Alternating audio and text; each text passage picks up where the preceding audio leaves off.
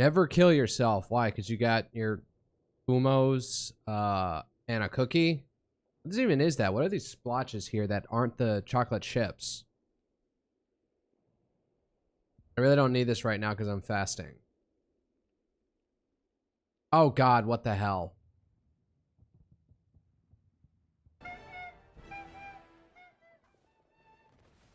Oh, it's AI event such as Supergirl. Elliot Page, I guess.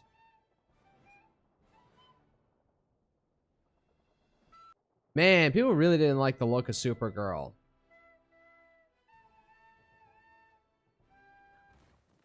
Oh, and they all got killed with one freaking, I'm assembling a team. Alright, that's enough. This is just cringe as hell, and I hate to look at it. Like, I get, it's mocking the stuff that I guess I don't like, but holy fuck, do I just not, is this just a cursed thing to look at? Is this supposed to be also a play on, like, female cops or something? Being trigger happy like that? Ugh. I need to finish that skit before, that short before I,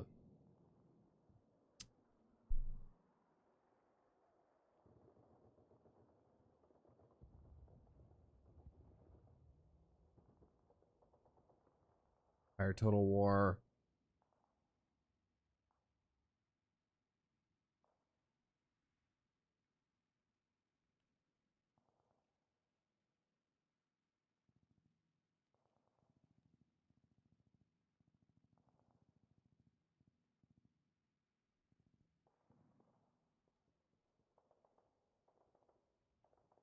New strategy games. Did American Revolution instead of American War for Independence because there's something to be said that there's a difference between the American Revolution and the American War for Independence.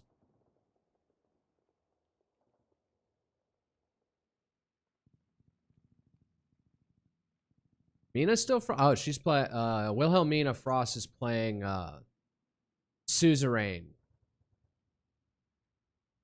Hotel Hell Watchdog.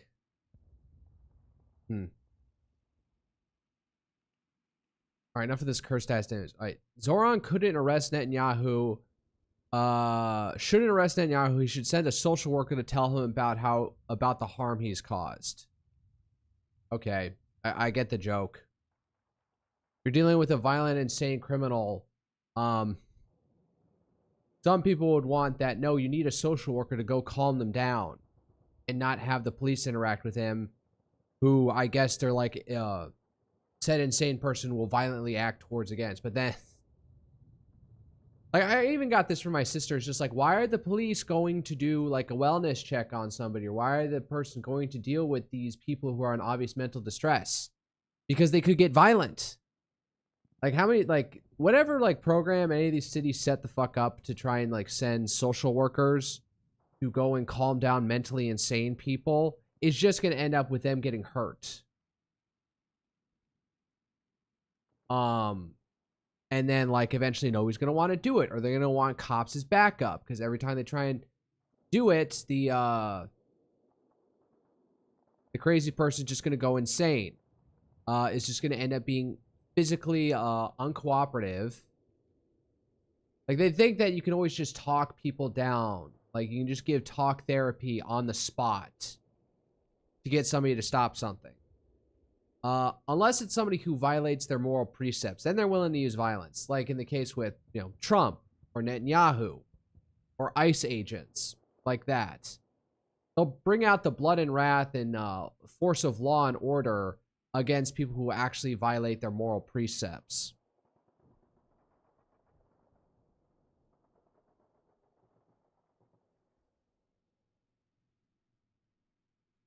Just testing my chat, making sure it's alive. Damn. The Twitch one came in real fast. The one that went through YouTube came by really slowly. Who is Scott Peterson? Scott Peterson's legal team says 15 witnesses reported seeing Lacey Peterson walking her dog on the morning she disappeared. After the time, Scott told investigators he'd already left home. A retired LAPD detective now says Modesto police never followed up on those sightings, never took witnesses back to the scene, and never determined whether they were credible. These claims are detailed in an A&W docuseries, Scott Peterson, The New Evidence, which also highlights a burnt-out van and a blood-stained mattress found a mile from Peterson's home on Christmas Day in 2002 that investigators allegedly never fully explored. Lacey's mother, Cheryl Roca, fired back. There's no new evidence. Peterson's latest petition to overturn his conviction was denied in April, but his attorneys plan to appeal to a higher California court. Okay, so I mean, just looking at this guy's face, like, I want to say he did it. He looks like really smug and full of himself in this picture. All right, what's Fisher King got to say? True crime has gotten to the point where all it does to try to vindicate clearly guilty people for clicks, I guess. This is not a close case. He murdered his wife, put her body in his truck, and drove to the Berkeley Marina and dumped her in, and she washed up nearby. He took out a permit to fish shortly before, which was involved. He was involved in an affair. He didn't want a kid. Wife was pregnant, and her body washed up just where he was fishing a couple months later. But someone like Peterson can get media to listen to him and champion his story. It's his only possibility to get away with it because the evidence was so overwhelming. He has to get media people to distort it, as they do, like Anna Syed.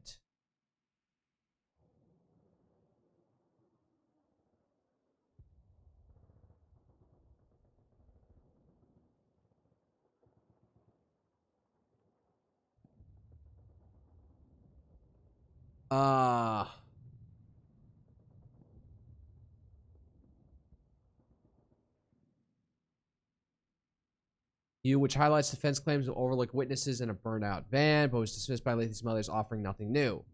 This core circumstantial evidence against Peterson. Yeah, well, you're not supposed to convict on circumstantial evidence.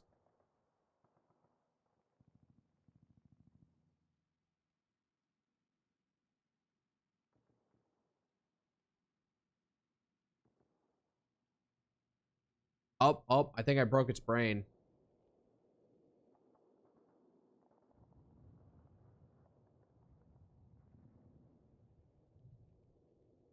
Oh, yep.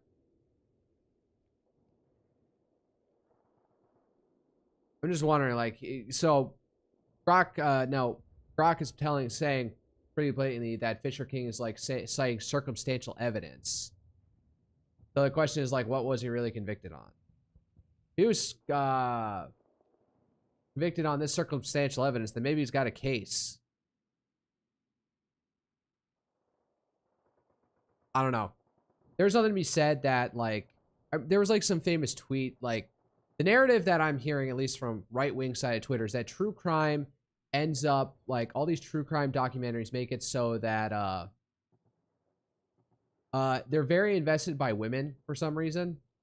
And the narrative that you get is that true crime is bad for women because it keeps on making them think that all these heinous cases that keep on happening were actually wrongly decided.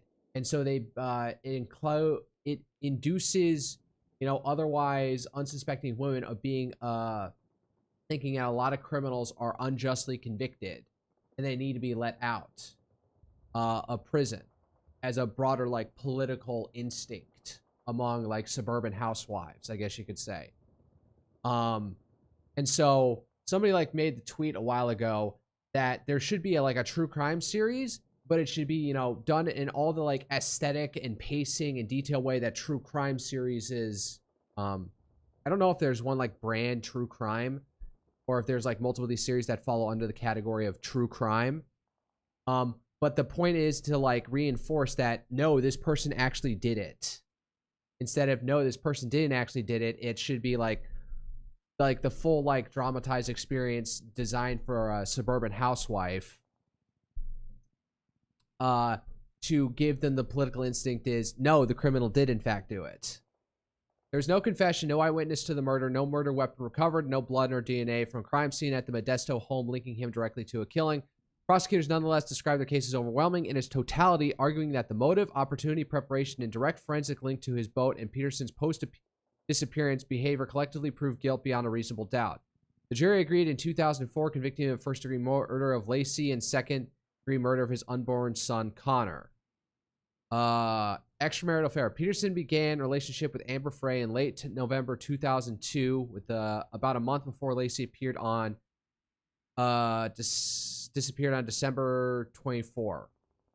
He repeatedly lied to her, claiming he was single, that his wife had died early that year, and that he would be alone for the holiday. Secretly recorded calls capture him continuing these lies after Lacey went missing. Couple had significant credit card debt. Prosecutors introduced evidence that Peterson had taken out a $2,000 life insurance policy on Lacey. Okay? All right. Fisher King, did cite all this circumstantial evidence, but yeah, without, all this direct shit, it does sound like he did it. It doesn't sound like this case was properly adjudicated in court, is what I'm saying. All the motives and cui bono or whatever, cui bono, whatever the phrase is there. But the beyond a reasonable doubt, I feel like I'm not the lawyer here, but it feels like we're straining beyond what beyond a reasonable doubt should be. Cell phone records show a call from his phone at 10 a.m. that pinged a tower near the house, suggesting he was still there. Needed to go fishing in San Francisco Bay. A neighbor found the family dog wandering alone with its leash around 10:18 a.m. Prosecutors argue that disappearances give him time to kill Lacey at home the morning before leaving. Preparation and means. The fishing trip. On December 9, 2002, just 2 weeks before Lacey vanished, Peterson bought a small used aluminum fishing boat, the first anyone in his family or circle knew about. He obtained a fishing license on December 23rd or 24th. Investigators found receipt of a 90-pound bag of cement in his possession. 5 concrete anchors were later recovered from his warehouse storage area. Only one was accounted for later. Prosecutors argue that the others were used to weigh down Lacey's body for disposal in the bay. Forensic and physical links to the boat and body disposal. A single hair found on a pair of needle-nose pliers inside Peterson's boat was matched to Lacey's via DNA testing. Okay, that's kind of more like smoking gun. That you found some DNA of hers in the boat. Cadaver dog alerted to Lacey's scent at the Berkeley Marina boat ramp Peterson used. Lacey's body, headless torso, and Connor's body washed ashore in mid-April 2003 along San Francisco Bay shoreline in an area consistent with tidal currents where Peterson said he had been fishing near Brook Island. The geographic link was pivotal. Prosecutors showed that the body's recovery sites aligned with Peterson's claimed fishing location, and that concrete anchors explain why bodies surfaced months later rather than immediately. Here, Lacey recovery site, Connor recovery site, Berkeley Marina, Brooks Island. Okay, consciousness of guilt, behavioral evidence. Peterson lied about his plans, told some he was going golfing. He continued the affair with Frey during the search for Lacey, including a call from a vigil where he pretended to be in Paris.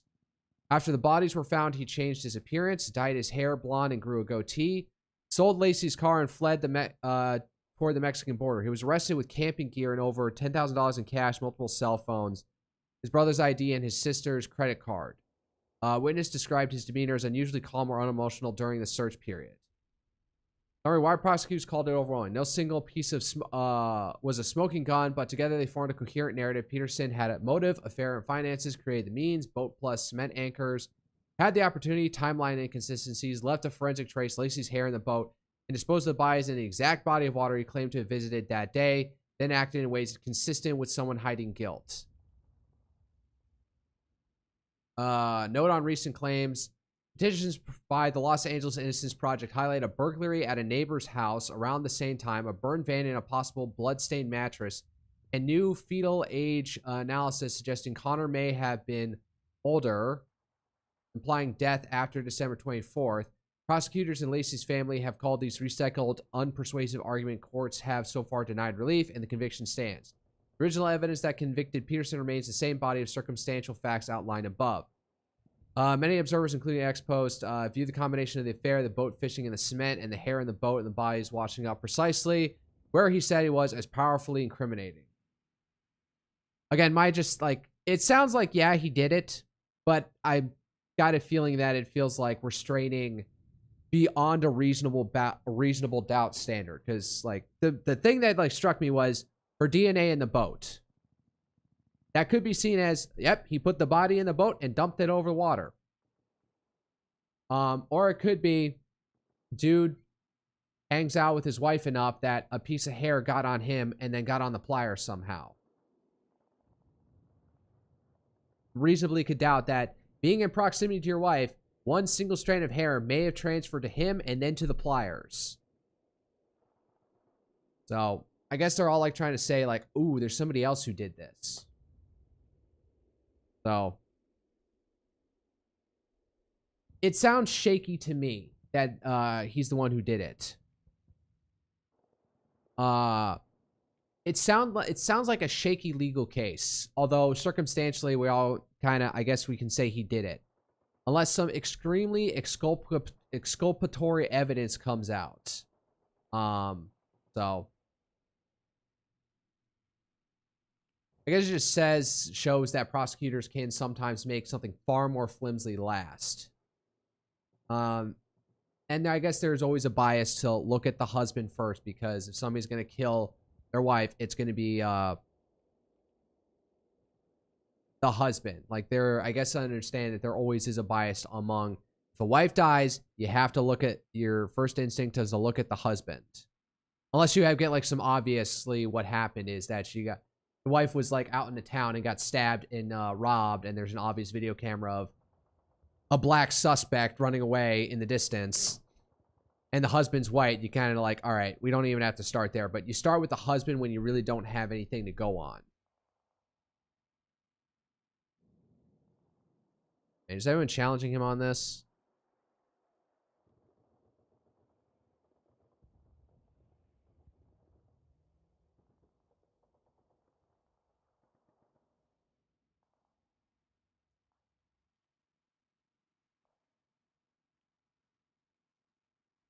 Ask his bum-out attorney, Mark Garagos, if he's guilty.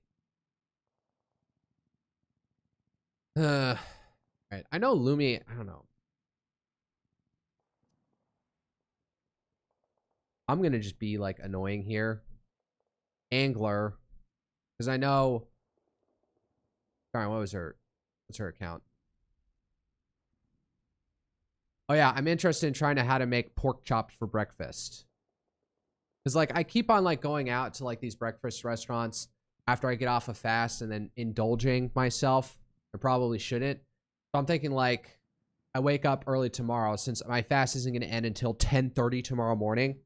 Is that I'll get up at like 8, go to HEB, buy some pork chops, do a full dredge, like get a lean cut, but then dredge them, spice mix, egg wash, cornstarch, shallow fry them, and then that'll be my breakfast plus some eggs. So I can have a breakfast, but it's a little bit more indulgent, slightly more indulgent, but I'm not, I don't know. I still have some, I'm pretty sure I still have some, actually I need to get this out of my head. I need to know whether or not I have these, wow, home fries, little cube potato fries.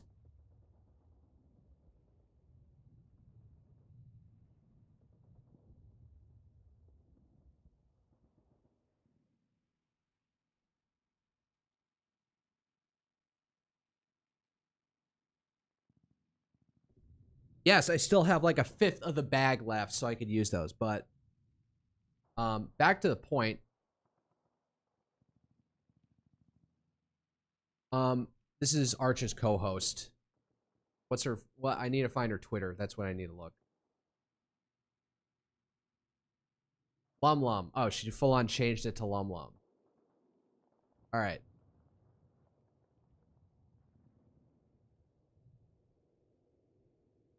Oh, god damn it. Capitalization matters. Comment.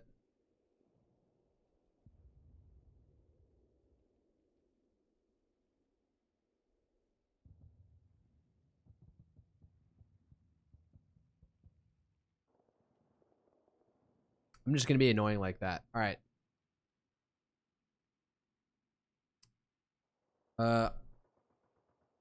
Looking for a tweet about how someone needs to create a series that reinforces that series aimed at women, but instead of implying that the convict in each case was framed, ends each episode so reinforcing that the person who was convicted for the crime was the one who actually did it.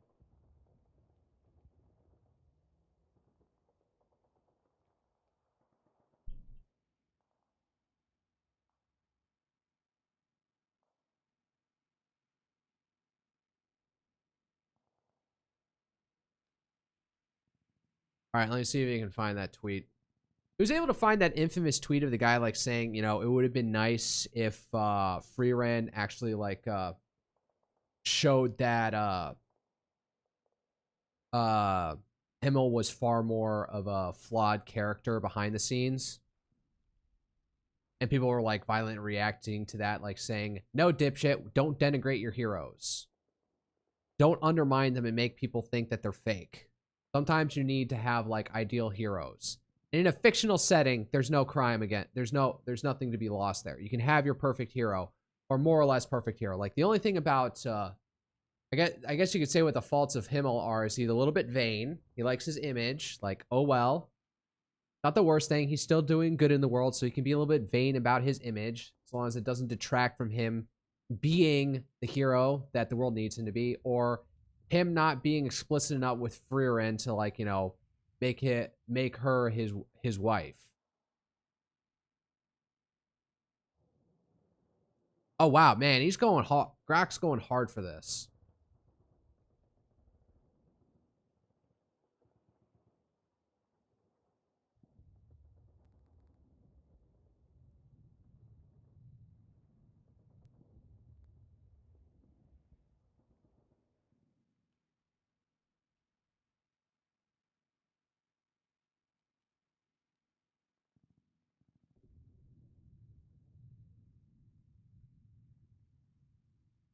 Yeah, I guess he can't find the tweet. All right. I talked about Grok, so maybe I should just bring up let me just turn this off for a second so you can't see absolutely all of my replies. But there's like this new Chinese AI model that came out recently. Like Kimi or something. And people are like, you know, losing their minds like, why couldn't we get this guy to work in America?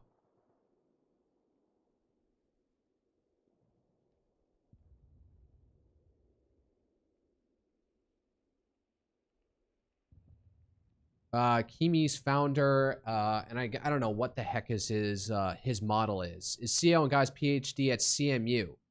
The fuck is where's CMU? Central Michigan University?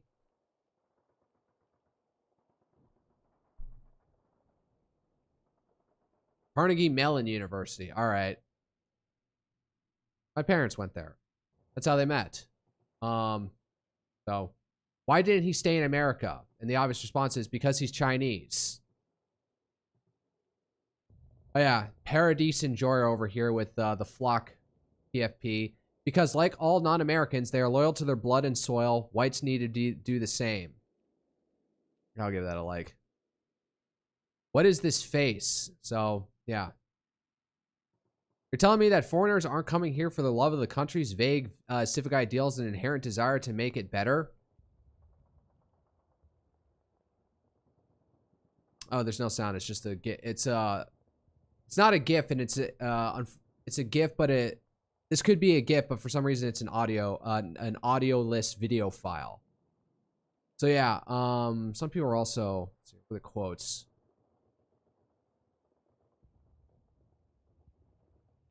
Tech guys doing the skilled immigration routine 2 years after going all in on Trump will never not be funny to me. What?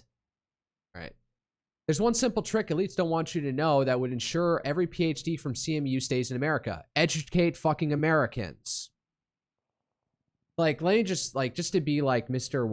Not whatsaboutism, but devil's advocate here is that not necessarily every American out there has the gumption, so to speak, the drive, the interest to be a founder. Some people are willing to just be worker bees, kind of where I find myself right now. I have ambitions about various companies I would like to start up, but I have no relevant skills to any of them.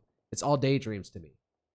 Like, I have an idea for a restaurant, which maybe I could use as a springboard for making millions that I can then go on to start, like, all right, I'm not a video game developer, but I'm going to set up a video game franchise for my video game development company for myself. And I'll just have the money to hire the people I need to do, and I can be a top-level producer for these things, even though I don't have, like, the relevant technical expertise.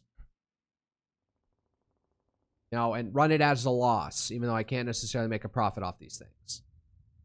So the thing is, like,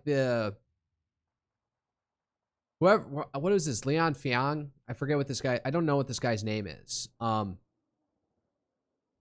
Like, he could have very well gone to university, studied in China, and then gone on to be a founder. Maybe there's something about going to America instilled in him an ambition to lead his own company, start his own company. But ultimately, he sees himself as Chinese and always wanted to go back. Like, people are just like, why wouldn't he stay in America and do it here? It's better for business. And just like, you don't recognize the concept of national loyalty or a fondness for your own company. You think you can just always get people from abroad, have them come up here, and they'll stay here and be here, loyal citizens forever. Like, they're so blind to that. They just cannot consider people have higher ideals of national loyalty. So he didn't get the H-1B lottery and got kicked out. I imagine there's a lot of pushback on this one. Oh, of course, jobs.now. He didn't even apply for STEM OTT, which under current rules means you can stay for 3 years while applying for H-1Bs. You're full of shit, first of all, but if someone like this was to have been rejected by the H-1B lottery, it would be due to Indians scamming the H-1B system. He went willingly to build at home, mate. It's not that easy to start. It's not easy to start a company at U.S. as a foreigner. Again, maybe it might be slightly more difficult, but if like you are, you know, a Chinese person who's disinclined to, the fact that he didn't even try and put any effort in kind of indicates that no, he just wanted to go home.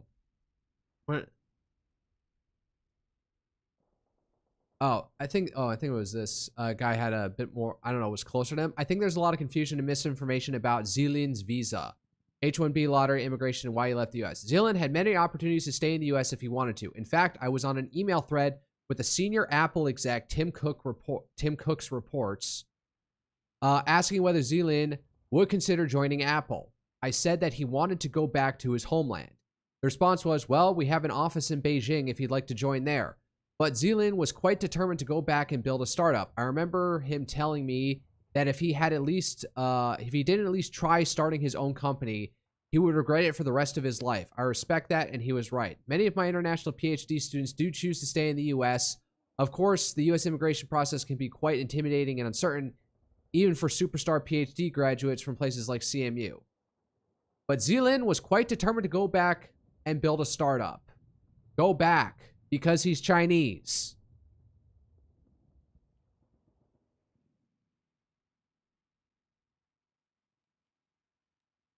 Yeah, it's making it harder and harder for Chinese talent to come and stay because we don't trust you because your loyalties can never be 100%. To come or stay. Now, we're probably doing more on the come part to begin with, so we don't have these stories of people wanting to stay. First, Trump signed PP 143, which meant I couldn't go to the U.S. for any graduate school. That's why I had to turn down my Stanford offer and come to Oxford. Britain should be doing the same. Later, I qualified for an EB-1A, the Extraordinary Ability Green Card, but because I was born in China, I'm stuck in a country-specific backlog that could take another 4 to 5 years. You should be in a like lower. You should be in a lower tier of like priority because you're Chinese and China is a geopolitical rival to us. So you should be like bottom of the barrel of candidates that we allow in on these extraordinary ability cards because we can't trust you because you are Chinese. Meanwhile, on the other side, I'm getting 3 to 4 emails from China almost every week. They offer high salaries, free housing, generous research funding, and even offered an astonishing amount of money just for me to come back and have a conversation. We should be doing that with Americans. Companies should be hungry for people here in America, but no. I've always loved the American spirit. I truly believe my abilities could have bigger impact there, but honestly, the whole process has been incredibly frustrating. All this makes me wonder whether I should just give up. Yeah, you should. America for Americans. Not sorry. Why am I spending so much energy trying to go to a country that doesn't seem to want me when another country is doing everything it can to bring me back?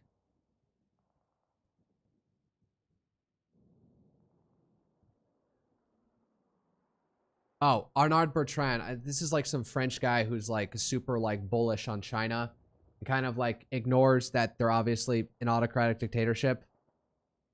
And human rights abuser. He did his PhD at SIMU between 2015 and 2019, which overlaps with the period of the FBI's China initiative, which treated every Chinese ethnic research in the U.S. as a potential threat, and drove several to suicide. I mean, stop like doing like the investigation things to make their lives hell. Just stop letting Chinese students into our university system unless they go through like 15 hurdles of like showing like, I hate the Chinese Communist Party. I hate the Chinese Communist Party. I hate the Chinese Communist Party. Like, if you're Chinese from the People's Republic of China, there should be a major amount of hurdles for you to get into the university system here in the U.S. Yeah, I wonder why he didn't stay in America. Well, he was able to get through. Incidentally, the Trump administration is doing even worse. The National Science Foundation just announced that they're banning almost all collaborations with Chinese scientists. Yes. Guess what's that's going to do with people like Zhang Zilin when they're told you can't have any links with your fellow countrymen? Well, if he was a rootless cosmopolitan who said like, all right, I feel no loyalty to my fellow countrymen. I don't mind complying by this rule because I'm all in on America. If that not working with a geopolitically rival country is a problem for you, that shows you have divided loyalties or you have an ultimate loyalty. That it's not in the interest of the U.S. for cultivating you here in the U.S. So, it's unfathomable to okay, Andrew Torba, of course, like leader of, holder of Gab.com. Famous, just like absolute cesspit of anybody who got kicked off of Twitter all the way back in like, you know, the Trump-Biden years.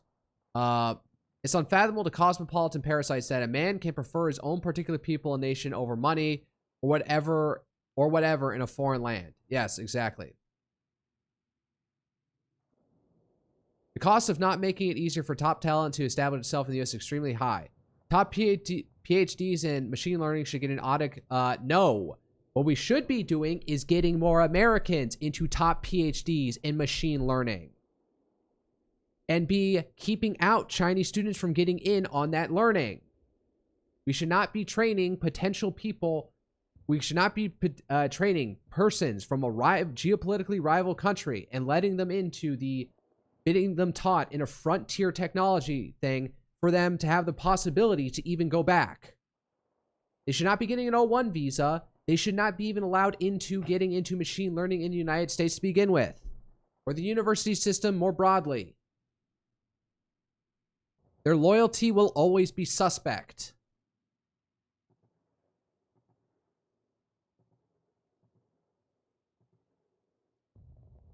Yeah, I wonder why. Right question. Because no one hates immigrants more than the USA, and immigration in the USA is a humiliation ritual. Says somebody I'm looking at from AI for Bharat. Obvious Indian, who's probably feeling the pressure right now, even though things are still pretty good. Just Trump's more or less chipping at the edges right now of the immigration system more than anything else. So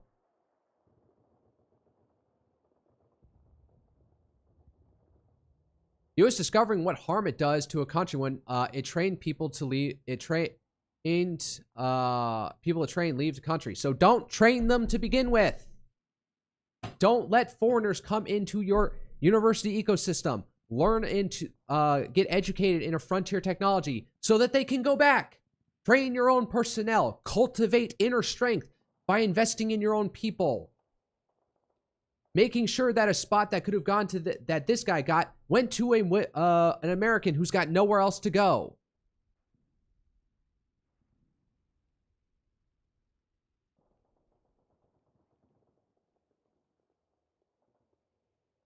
Family, friends, and comparable quality of life. Arguably better if you are a city person. Easier from a language and cultural perspective.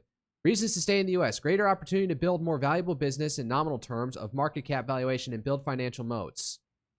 Higher level of competition, overall degree of entrepreneurial difficulty in China.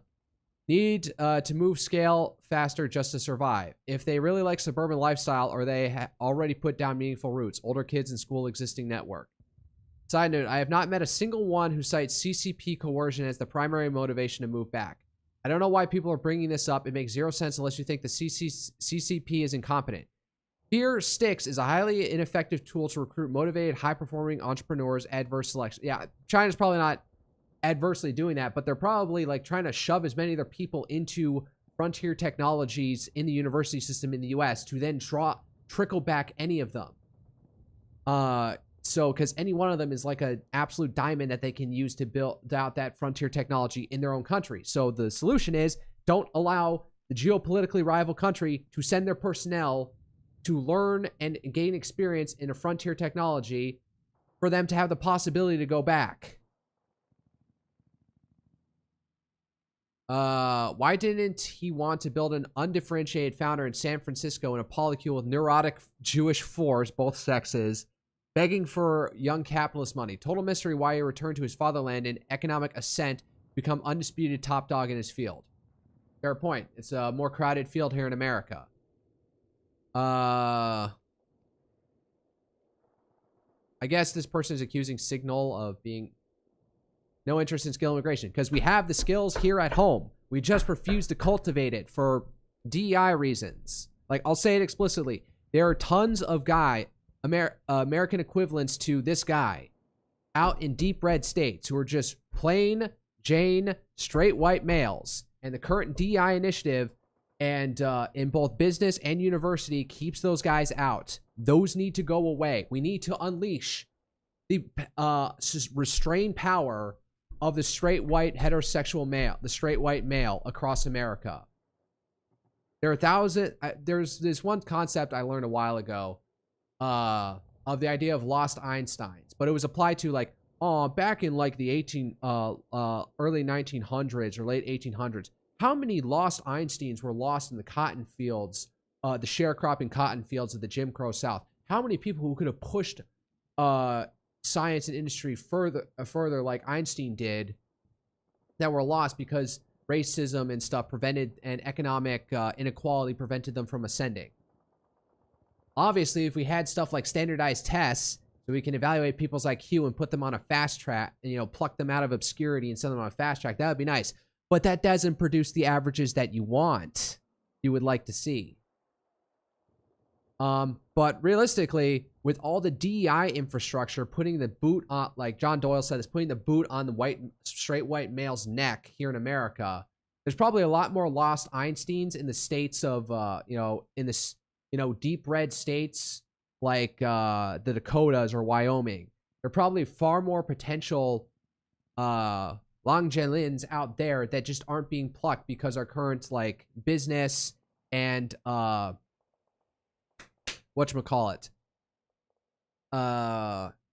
business and university systems don't want those people. They don't want to advance those people unless they bring a fuck ton of like institutional money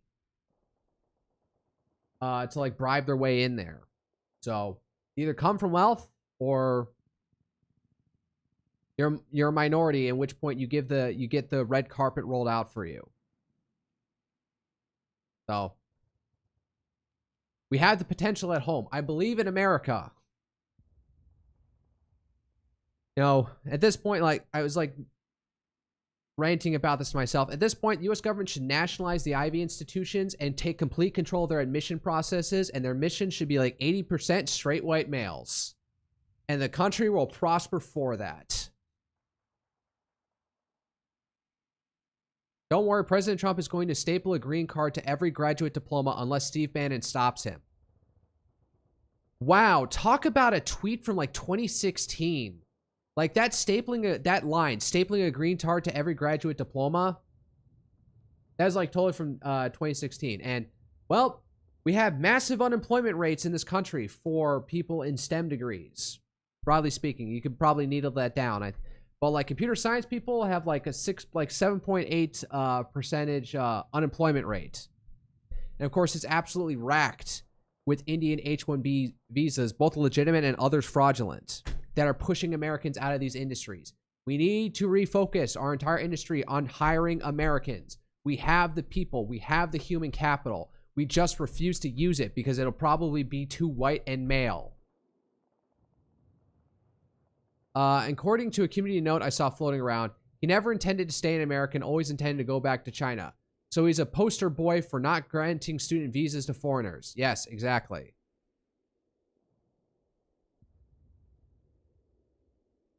All right. That's enough. England, France today. Oh, England won? Huzzah for England. The Anglo home country, our mother country. Rule Britannia.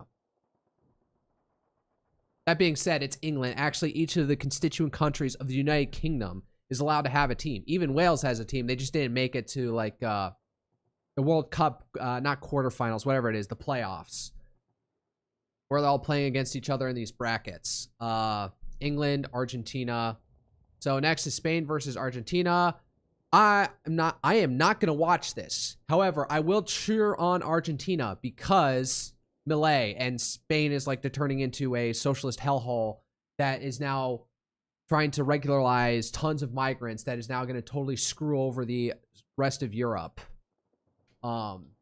Really showing how fraught the problem with a collectivized immigration platform is when other countries can have their own individual platforms. Because once like these people get regularized in Spain, then they can go anywhere in Europe.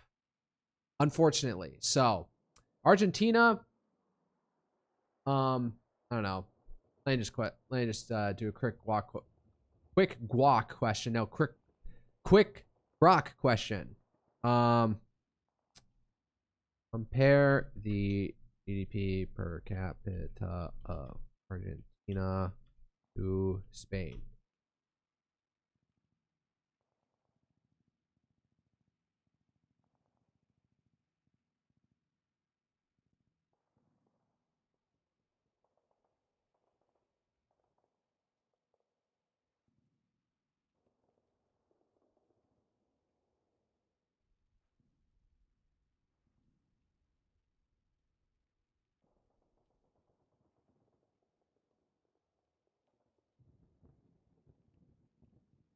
Argentina. Oh, wow. Okay. Spain. Let's see here. Right. Not on GDP per capita. No, they're particularly behind. GDP per capita, current international dollars. Spain's still above them. So unfortunately, I can't say Spain is the colony outshining the metropole. That is very much the case with the United States.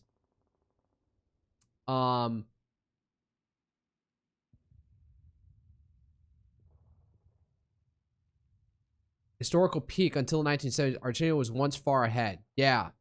So there was a point. So hopefully with Milei, they can eventually outshine Spain. But I don't know. So.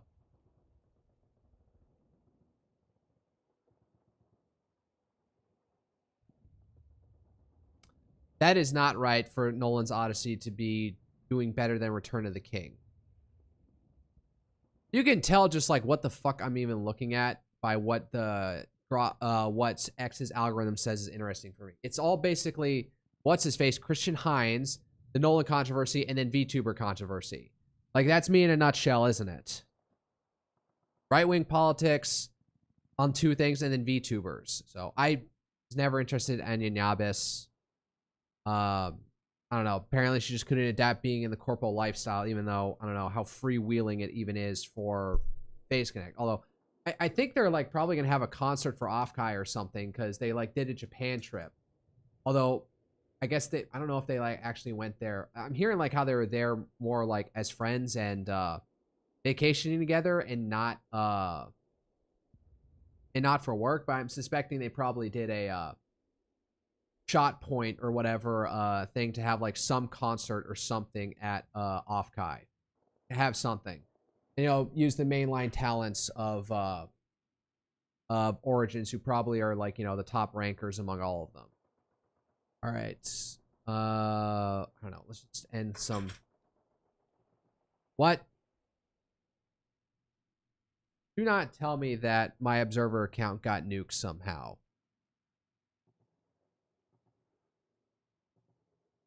What?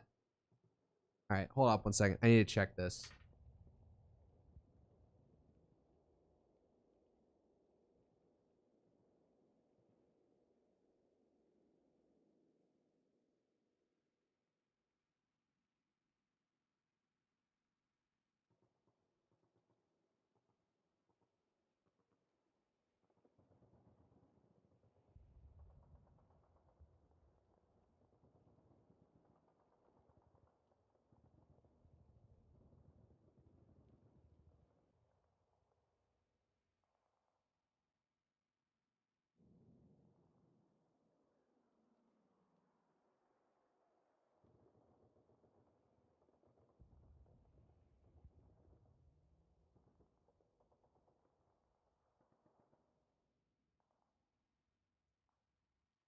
I'm gonna fix this thing with my Observer account. Be somewhere else. All right, I'm gonna turn this off for a second so I can actually get. Let's see here. Google account still exists.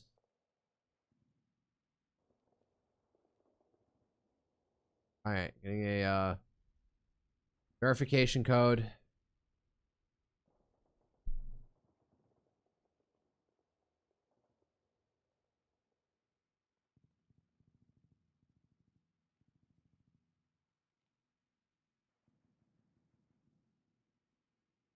All right, it's back. I don't know. I guess I restarted my computer like 2 times, so now it's like it wants to get lost, or it like lost the connection.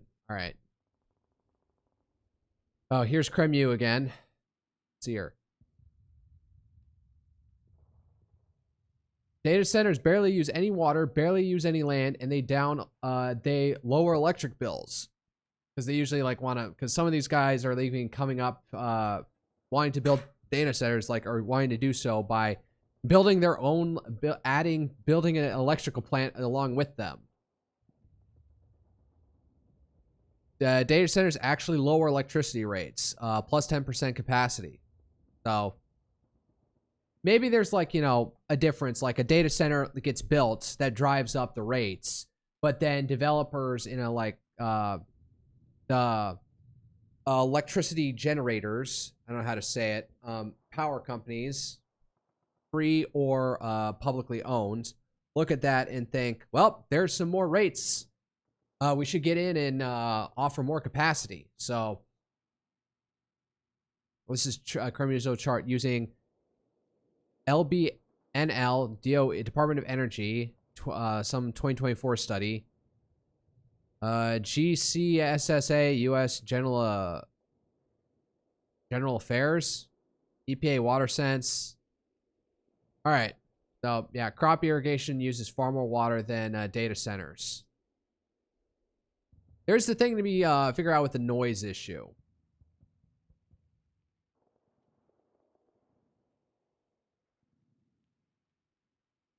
All right, hold up. I DM'd myself something here. One of those wilder accounts out here. It's a very good sign that Governor DeSantis is fat again. Belovian, you missed an entire rant that I did about this famous like Chinese like PhD student at Carnegie Mellon University, a very famous university out in Pittsburgh, Pennsylvania. who like studied forever in machine learning and then went back to China. And a lot of people were like losing their minds, just like, why didn't he stay in America? And people are pointing out because he's Chinese and feels an ultimate loyalty to China. And I'm like saying, like, why couldn't we, instead of that guy studying at PhD, why couldn't we found like some exceptional talent here in the United States and given his spot? Why are we allowing Chinese students to come into our university system at all? So now moving on. No, I'm not gonna follow myopic Eeyore. This is one of the cognitive elite who submits questions on Scott Greer's podcast. Not that you would know who that is. Ain't there like a non-disclosure thing? I don't know what you mean.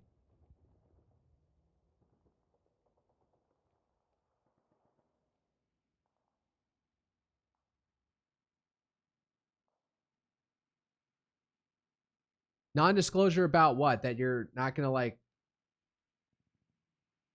what? You're not going to disclose the course curriculum or PhD, the internals of your day-to-day life as a... Well, machine learning isn't like top secret information just yet. We're not like if you're dealing with like military classified information or something like the government, but apparently none of the like that wouldn't necessarily have stopped him. All Leon Fiang or whatever this guy's name was, all he would have had to do is just like learn all the stuff about machine learning, study it.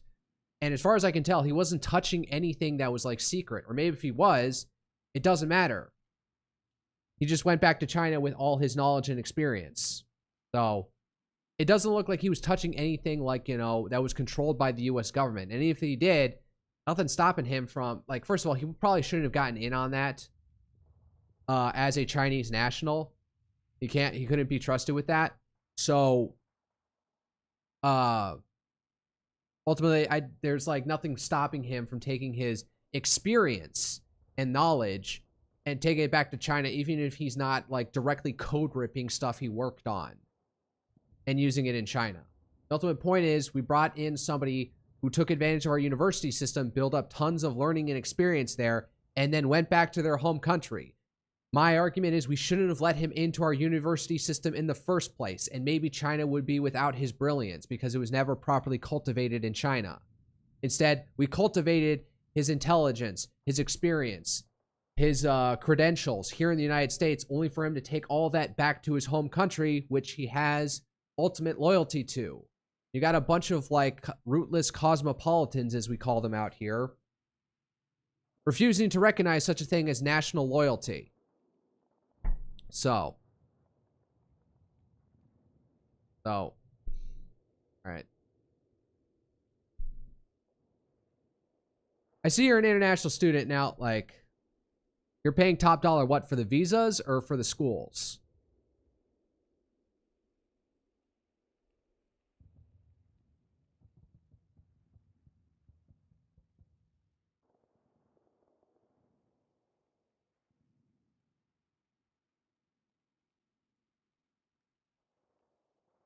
Like, I don't know. I remember you saying that you were Turkish. So like, I don't have as much in particular about an international student from Turkey necessarily because we're treaty allies with them. But for somebody like who's Chinese, ultimately China is a geopolitical rival. I have my loyalties to Kenya. Well, there are your ultimate loyalties there. I'm a Kenyan student. Well, ultimately, if you are from Kenya, that's where your ultimately loyalties lie. So I don't know about America's geopolitical situation with Kenya. But if you as UK, yeah, so you're saying that you're studying UK. Now, there isn't necessarily something wrong without international student exchange. I don't see much of a geopolitical rivalry between the UK and Kenya, so that's kind of a harmless relationship. But the point is, a Chinese student coming from China, a geopolitical rival to the United States, coming into the United States system, gaining credentials, experience, and in a frontier technology, and then going back, that's a problem. You as a Kenyan in the UK is not as much a problem because UK lets you come in, and then if you go back to Kenya and make Kenya better with the knowledge that you did here in the UK, that's not a problem because like Kenya doesn't have isn't facing a war or has a geopolitical rivalry with the UK. So that relationship is harmless. China and the US, it's a whole different story because we're geopolitical rivals. Well, I don't know if he paid for it. Well, my point is, it doesn't matter if he paid for it. My position is that the U.S. should not, for geopolitical reasons, should not be allowing students to come in, even if they can pay. I'm not saying strip him of his credentials or something. Like, that would be kind of pointless. Like, if he paid for the degree, fine, he got the degree. The point is, he was allowed into the system to begin with.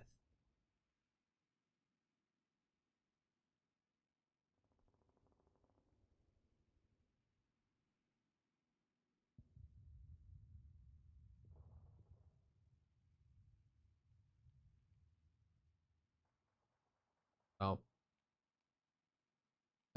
What else is going on in the world? Well, it shouldn't be just up to the discretion of the university. It should up to, if it's dealing with a foreign national, it should be also a state matter, because one of the jobs of a country is to regulate who comes into and out of the country. And so people from China should have an extremely high bar for their ability to come into the United States.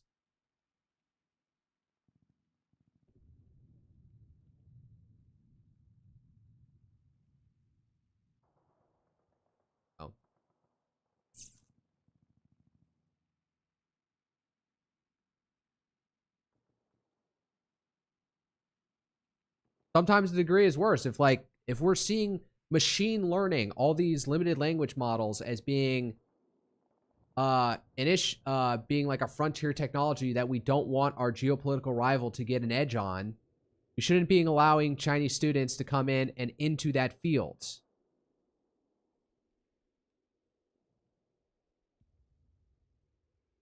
Well, everything is like related to national security these days, not just stuff that is explicitly military. So, and we're kind of getting to that point, because what happened with Claude is they tried to like release Fable 5, and then we're hearing that, oh, people could use Fable 5 to like straight up hack the US government. And then Claude, Anthropic didn't want to sell it to the United States government, or couldn't, but was willing to sell it to foreign vendors. So then the US came in and said, no, we're putting in an export restriction,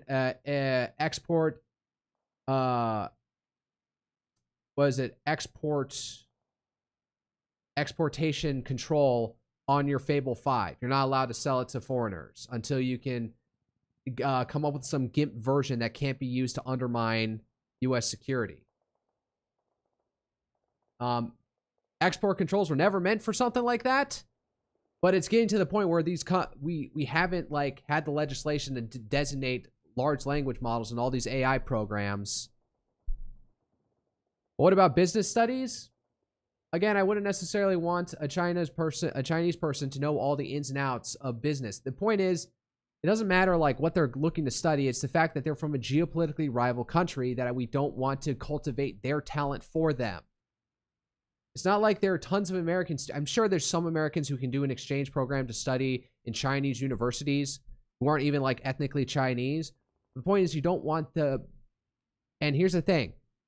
There's not like an ever expanding pool of students. Like, we have tons of schools and stuff across the US, and everyone can get like their start in the middle class with them, more or less these days, although that's waning.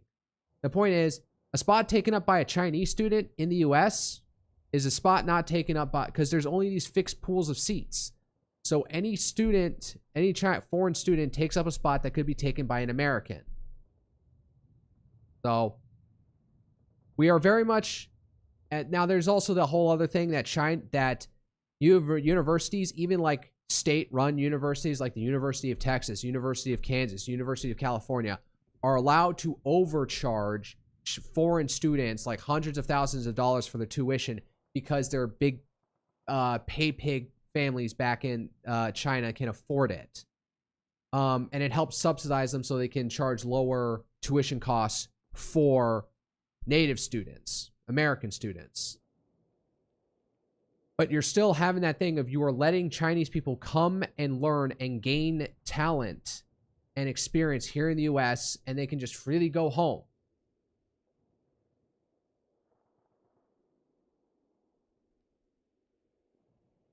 Like, I'm okay with global cooperation with people who are geopolitically aligned with me. So I don't mind a French student or a German student or a Polish student coming to the US because we're geopolitically aligned. But I'm incredibly wary of a Chinese person coming over here to study in the US for anything. I'm okay with fostering talent for people from countries that we are geopolitically aligned with.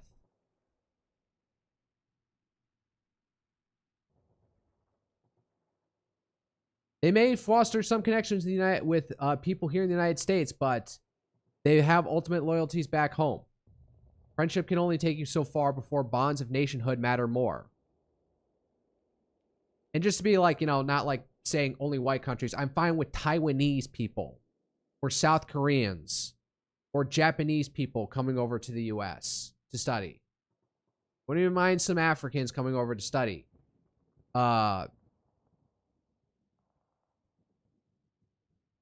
it has to be extremely limited. One, to not take up space away that Americans can take.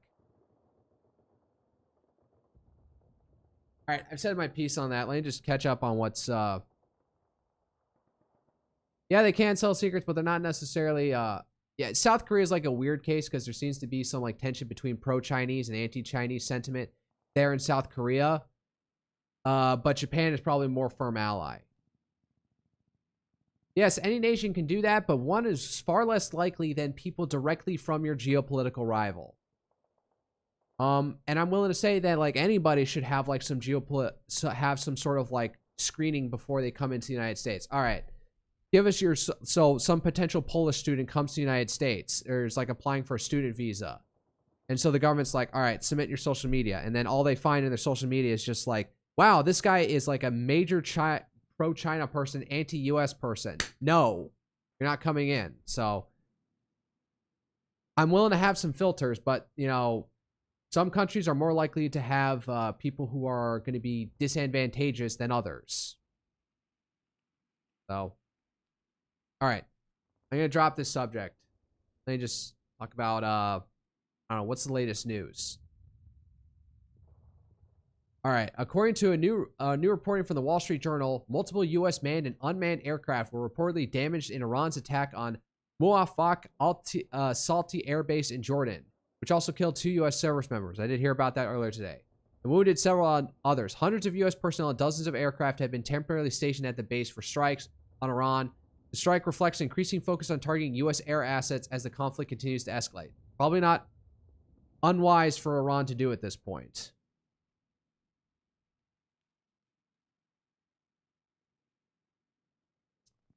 Amidst Iranian drone and missile attacks against northern Iraq tonight, U.S. counter-rocket artillery and mortar CRAM systems active to Erbil, Iraq. That's in Kurdistan.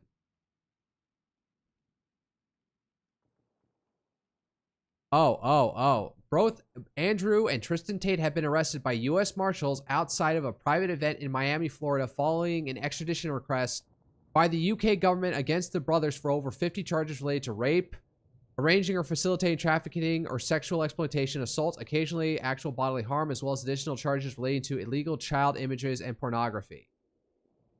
Like, there's a lot to hate about the Tates brothers, so I'm kind of skeptical that they just become a demon du jour, and that any government that has, like, pro-women, feminist tendencies is going to see them as a target to nab with whatever they can get.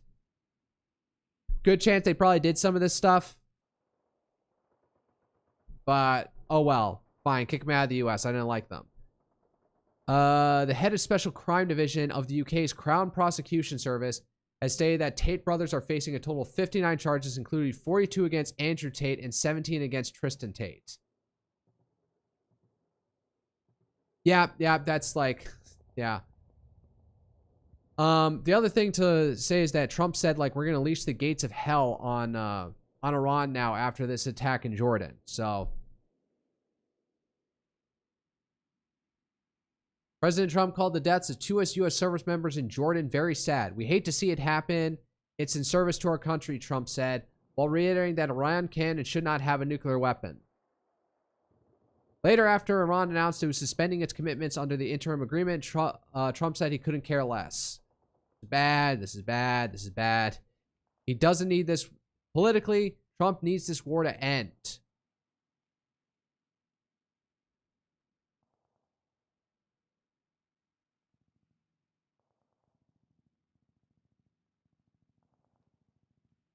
U.S. officials say the attacks demonstrate Iran's growing ability to overwhelm or evade U.S. air defenses. Yep.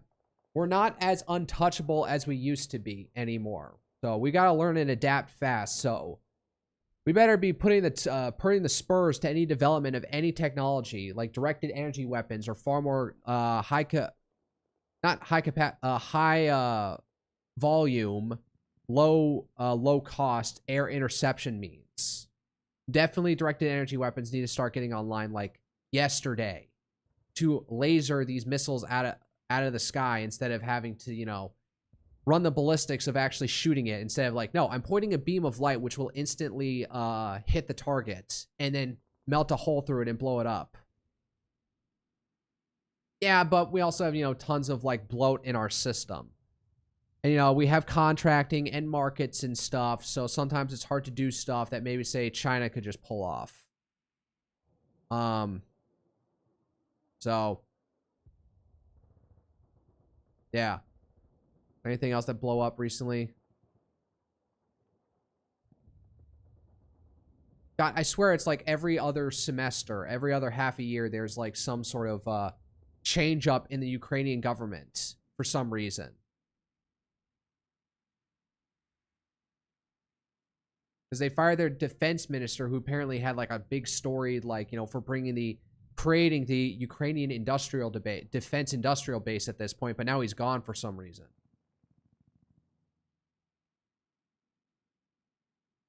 I don't want to say like it's an Eastern European country, so it's probably insanely corrupt, but you know, I think at some of the top level, some of these problems wouldn't be coming to the forehead like this. Like graft and corruption would be left to, you know, local construction projects, or some graft to build a water power plant here in this town that was not properly bid well, yada yada, stuff like that. Not like stuff that's related to national security.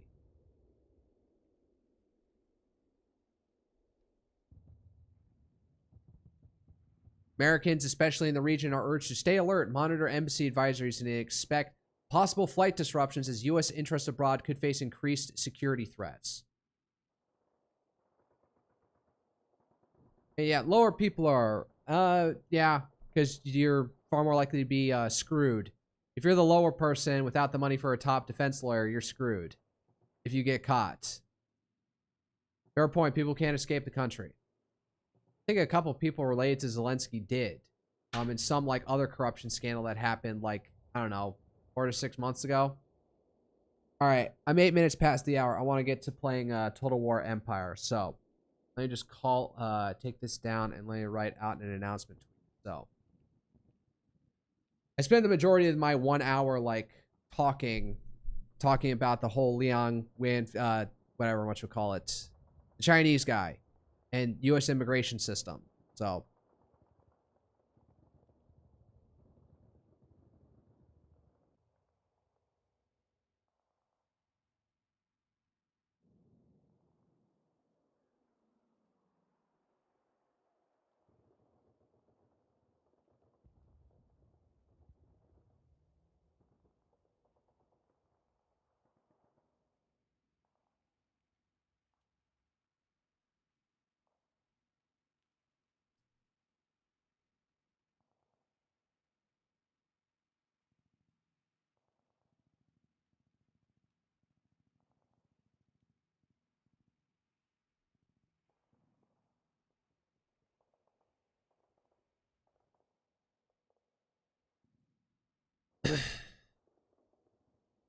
excuse me while I go quiet. I'm trying to contemplate what I'm saying.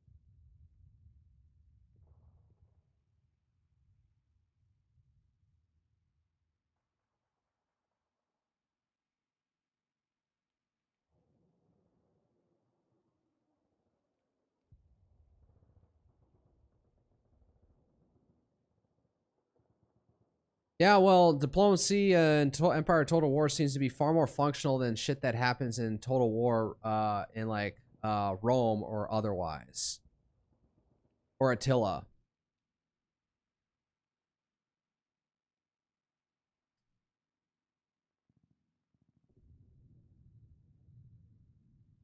All right, tweet out. Change the category in.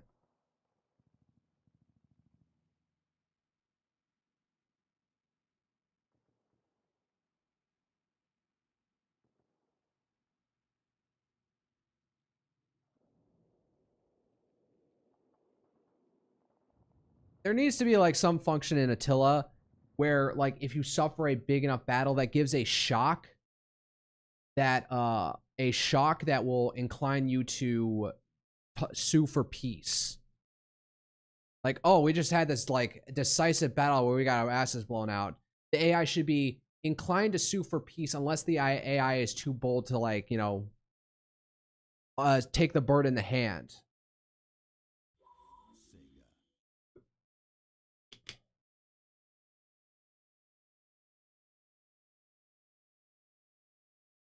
Runs great on Intel Core i7.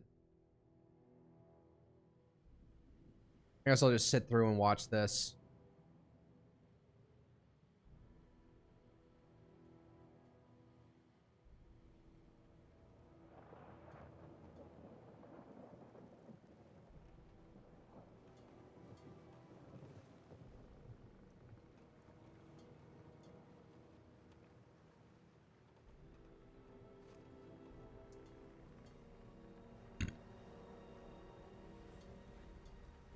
Oh, general quarters! General quarters! Man your posts!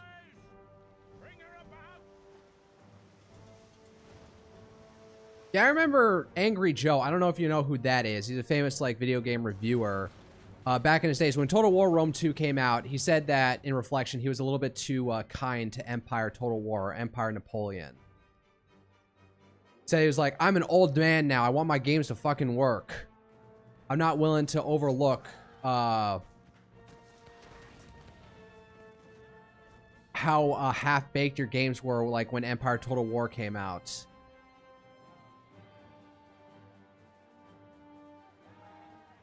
La Revolution!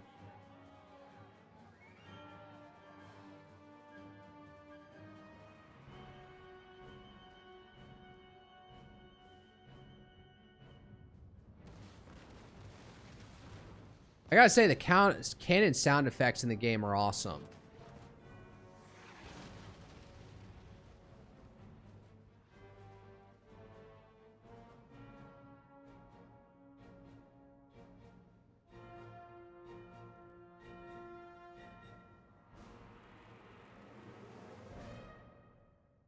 Yeah.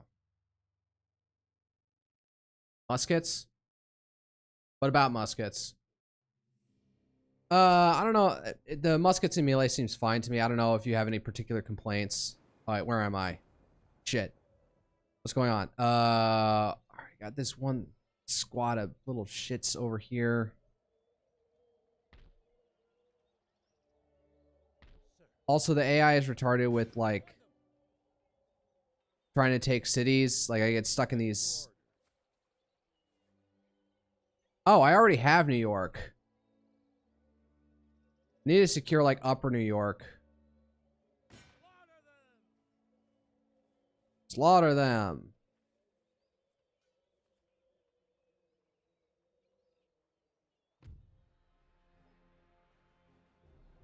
Proud and victorious.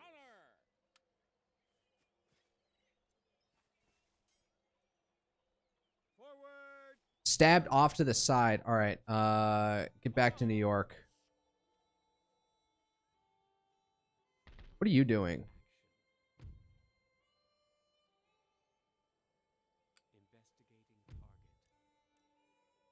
All right, he's in.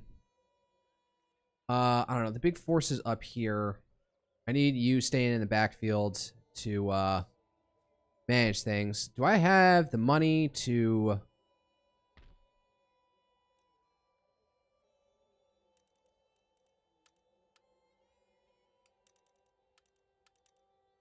And this is a weird function of the game, is you have to pay to reinforce.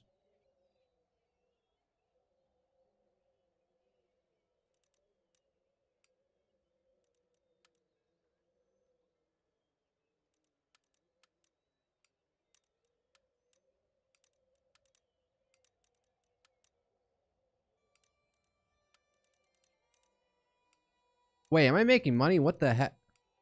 Oh, it's like timed. I guess it needs to wait a turn or something. All right.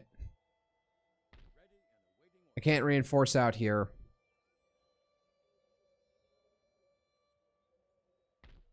God damn it. Poor little house out here keeps on getting burned. It's one place that you can do, what do we got here? Navy?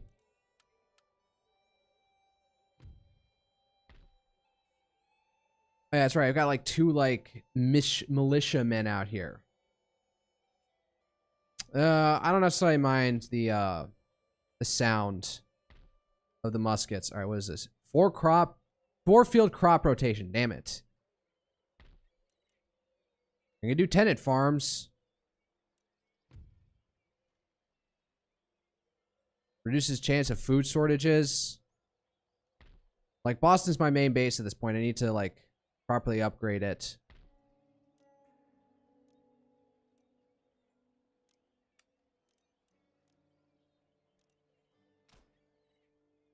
Maybe I should focus on infrastructure. Well, I just blew all the money on that. Oh, wait. I don't even have the money for this one, so.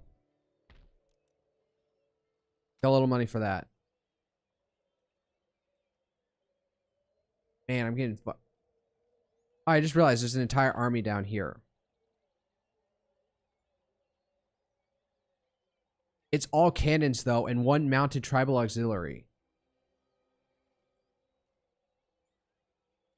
Just gotta hold that here and see what happens for right now.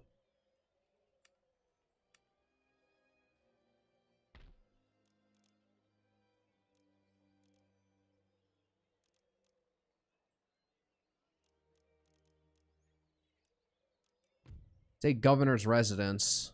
All right. Government.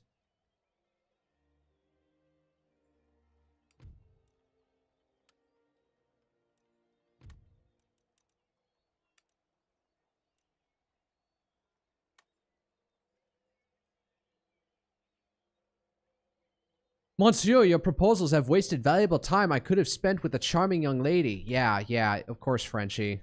Very friendly.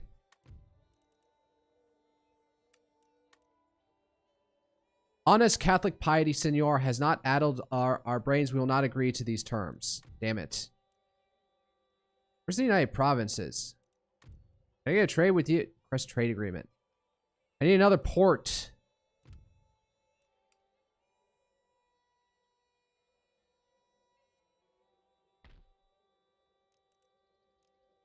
Got 1 trading port up here. This is a local fishery. This is a trading port. I probably also need a naval station at some point. What am I doing?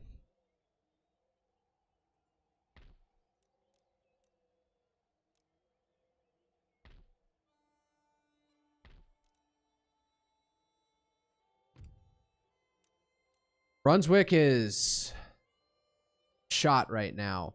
I don't even know what they were supposed to be researching.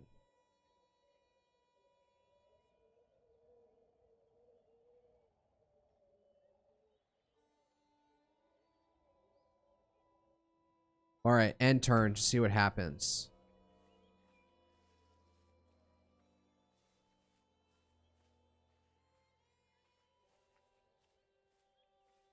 Fuck, they're massing an army down here.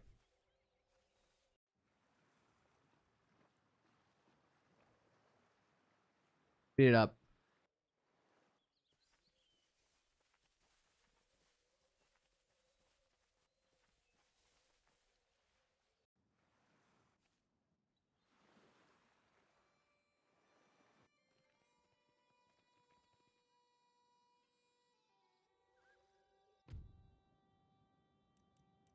The enemy has captured this settlement. Of course they did.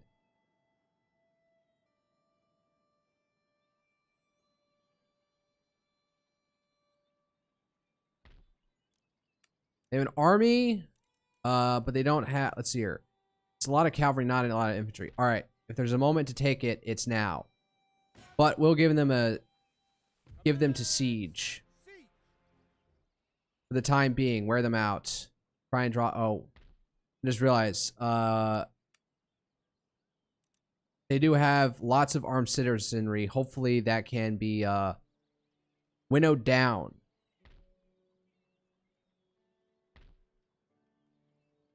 Yes, sir. All right, you'd be a little bit more central here as a reaction to here. Where did I get all this money? Available funds.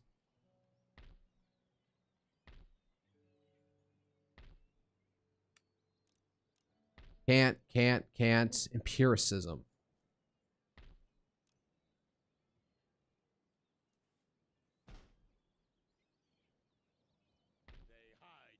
Or maybe I should have gone and taken out their cannons over here so they can't get reinforced.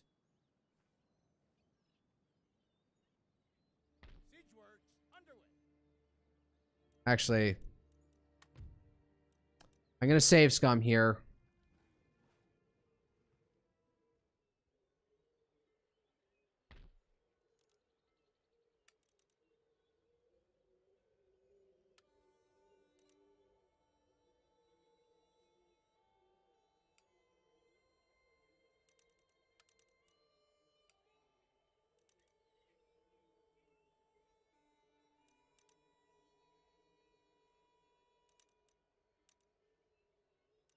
Just need to pay attention to whether or not these guys actually gain back troops. All right, just end turn.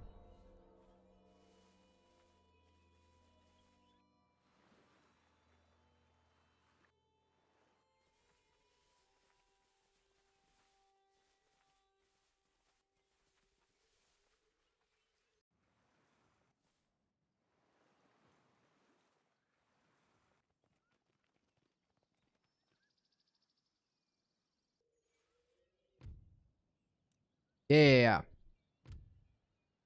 Agent recruited. Where?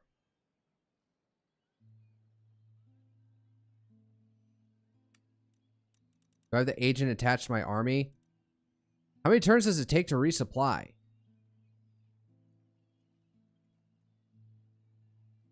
Whatever. I'm going to take out their artillery out over here.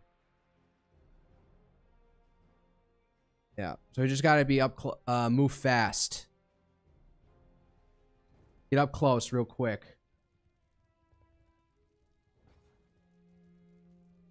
Some units are masters of concealment and can make themselves almost invisible in any terrain. Try putting these troops off to the side of your main force, where the enemy may well not notice them. They can launch a surprise flank attack once the battle has begun.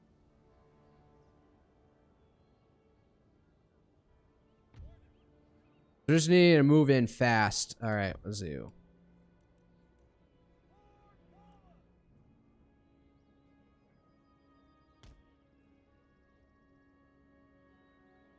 Actually, wait. No, we don't want The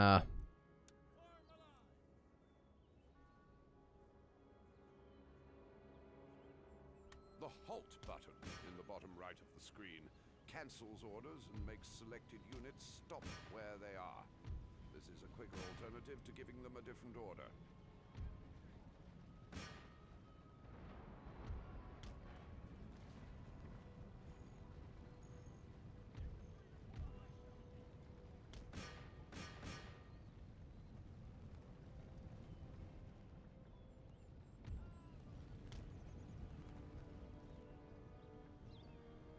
Are they trying to get away? Is that what's happening here?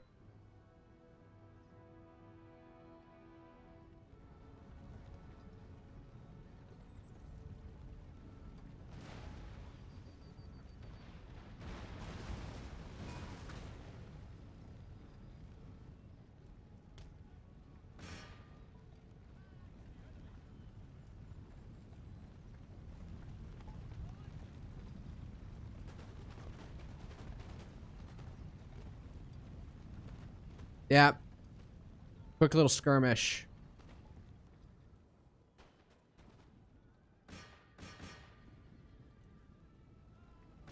Fuck. to preserve the devastating impact a cavalry unit can have. When going into combat with cavalry, always charge the last few yards by double right-clicking on the target. Beware of charging across too great a distance, though. It's a tiring business. All right, good thing to know.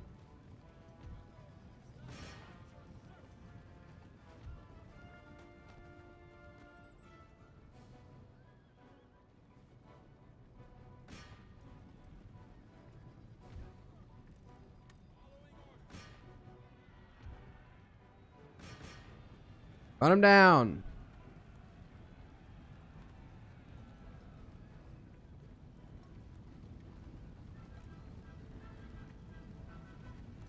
Only 10 of these guys left.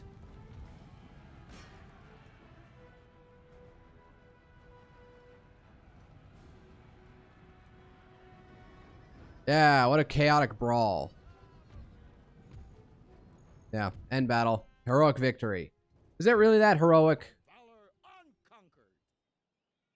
Forward for crown and country.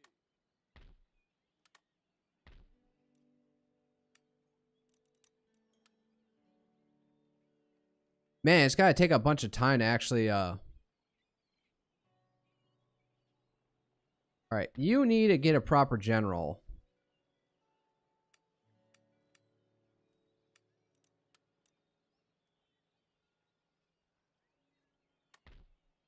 What do you mean I cannot recruit a general at this time? All right, somebody to act as a buffer towards the north here.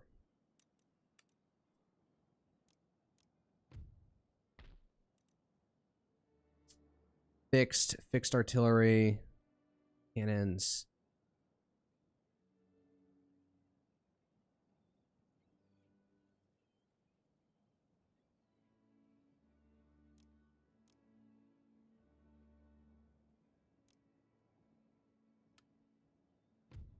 Give him something up here. Actually, go over here. March. Can't construct anything. All right. Are you researching anything? Brunswick. All right.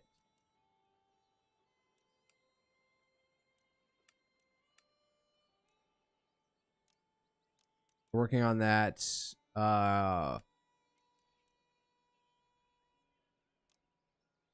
With advances in military thinking and the relevant research, new firing drills will become available to many of your units. Unit commanders. Oh, ring bayonet. direct That's fire probably at like enemies, something we immediately resulting need in for an better improved melee morale purposes. and a greater impact on morale. You should surrender. Shut up. King George III. How the hell did you even get in here? No. We will seek our own destiny free from the crown. Your interests lie in Asia and the old world. We will build ourselves our own nation here. Am I even taxing this area? I forget.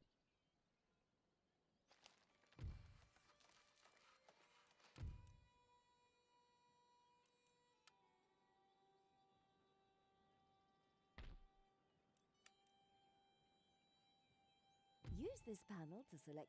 The rake is no gentleman, despite appearances in some cases. But in fact, a roguish ne'er-do-well. Send information about the enemy. He will be ready for new orders the next turn. You may also use him to dispose of rival agents by assassination.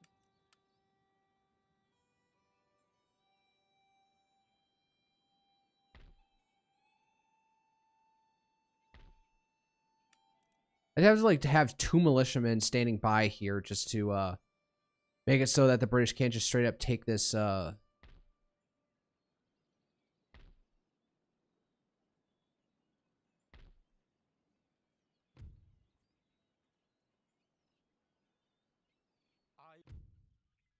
Oh. Oh yeah, this is one of the better things of the old Total Wars. You get these little sequences of dueling. I mean, maybe make Canada a state. At this point, I just want to complete the campaign so I can actually play as America later. After independence.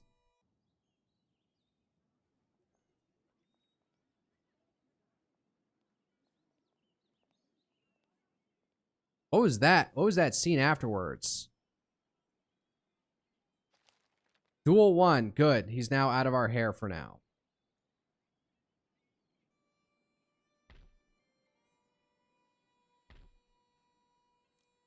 Navy, let's see here. Champ, 5th rate and a sloop.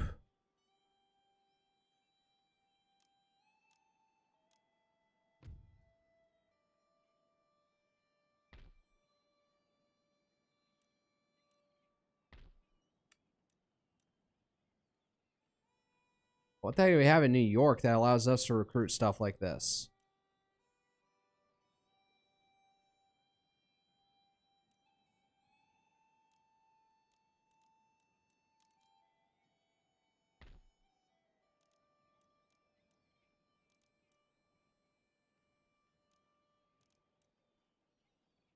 We got some money for that, so why not?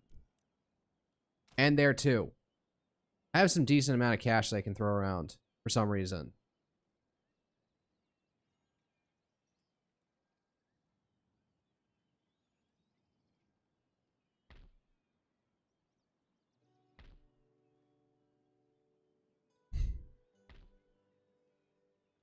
Will I make Canada state? Maybe, eventually. I get rid of the Navy out here, though.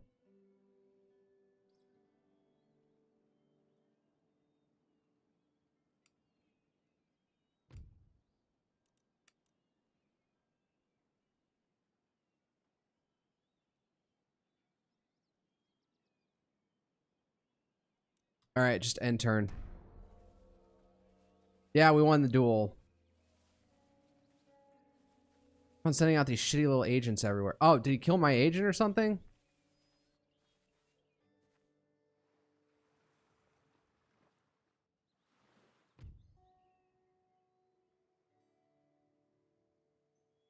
Spain declared war on me for some reason.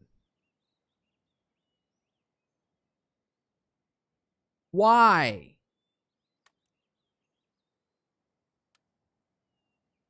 What did I do to you? We're supposed to be very friendly. In this region that has not yet been developed. Select the type of port to construct here. We can't develop our ports while the freaking British are up our asses. Will provide an income from overseas trade.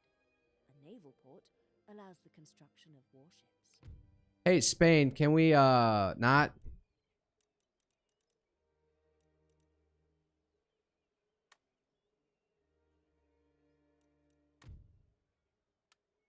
Can I bribe you? Use this option to offer a monetary gift to another nation in order to improve relations. Oh, shit, I should have. State gifts cannot be offered as part of a wider diplomatic deal. They are a unilateral action only. Wow, I just wasted money at them. I thought, I could send it as a deal. I just did, and it didn't do anything. I just wasted a ton of money doing that. Alright, we done recovering yet?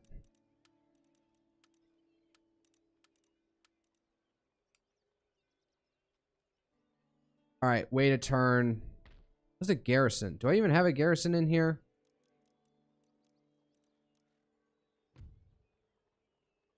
Recruitment, but no garrison. Shit, I only got like 2 guys in there.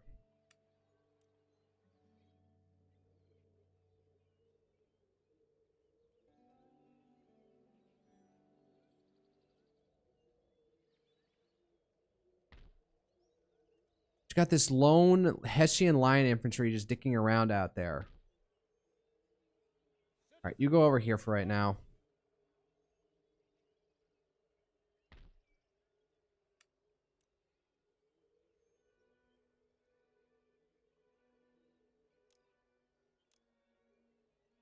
Sure, some more line infantry, for whatever that's worth.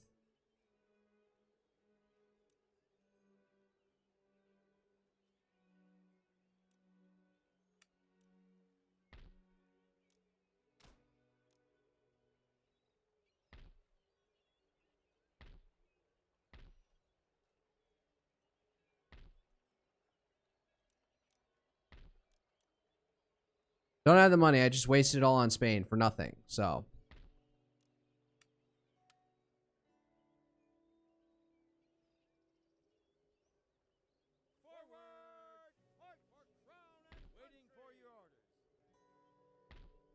But I was going to build these guys up. So, yeah, out there.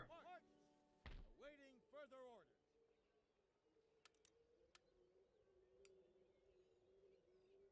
Yep, alright. I blew through all the money I could. Division of labor. I don't have that technology yet. Where's that one even under? I need empiricism before anything else.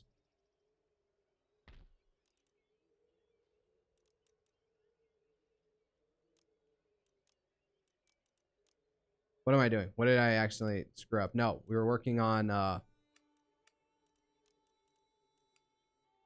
get up our food supply.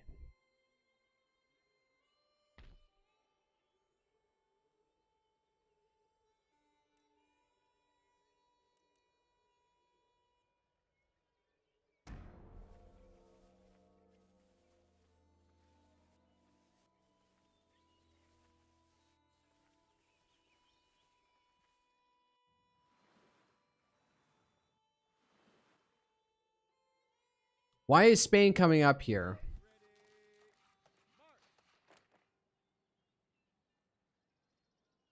I like these guys dancing around in the backfield out here.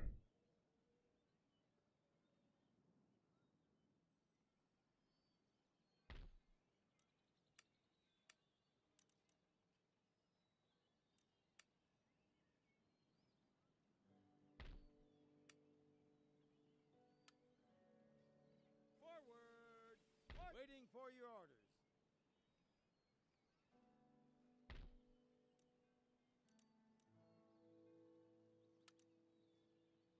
Immediately.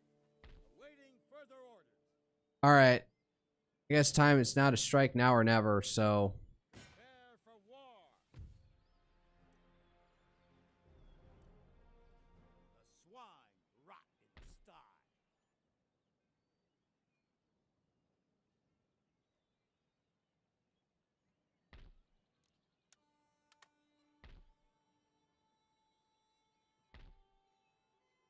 These guys could infiltrate through the north, so...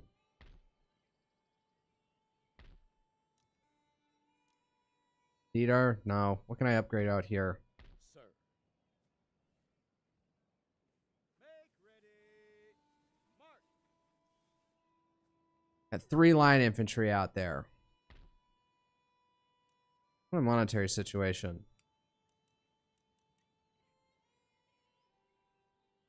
Income next turn. So I could be fielding far larger armies than I am, in all honesty.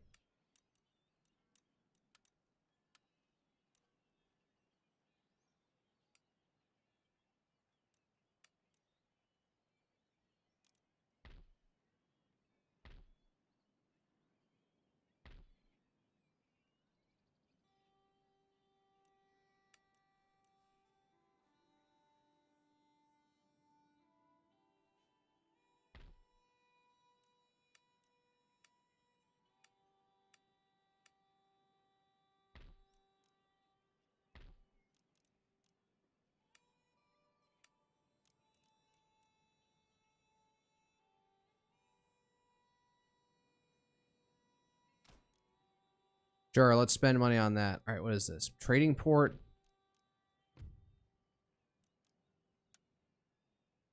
Well, I've lost the trade alliance with what's their face, Spain. So why don't I take this down a bit and turn it into a military port?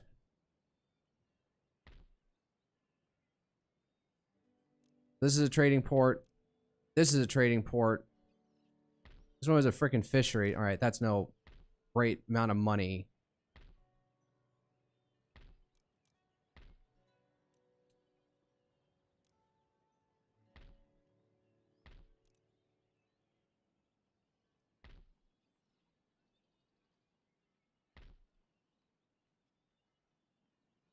Yeah, sure. Build up the theater. Spend money while we can.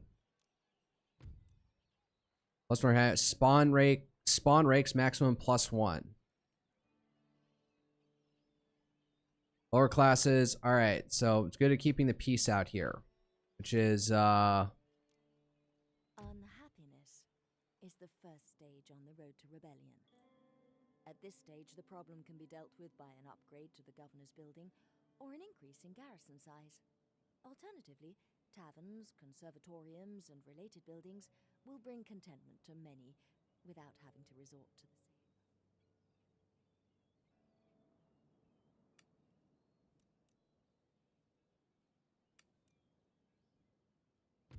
All right. Don't know what to do. End turn. Oh my fucking god. What is your problem? Well, what the heck? They're all colonial light cavalry. What the hell is this retardation? All right, fine. AI tends to... It's so... Yep. Well, Spain just really wants to be retarded for some... Where are they all coming from? Because I'll tell you this, the AI tends to be kind of retarded when it does siege battles.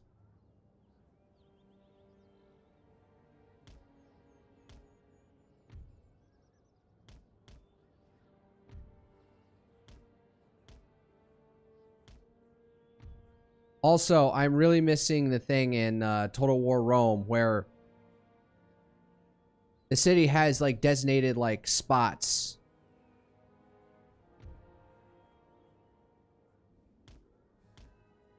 Oh my god.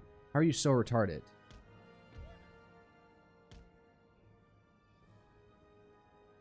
Where you can plug and play units. Alright, where are they all coming from?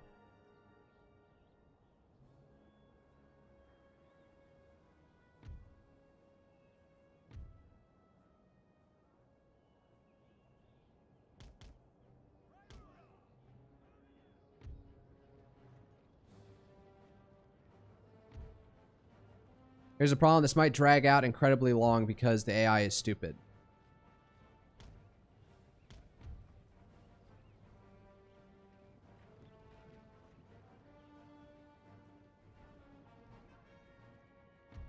Oh my god, get the fuck in here.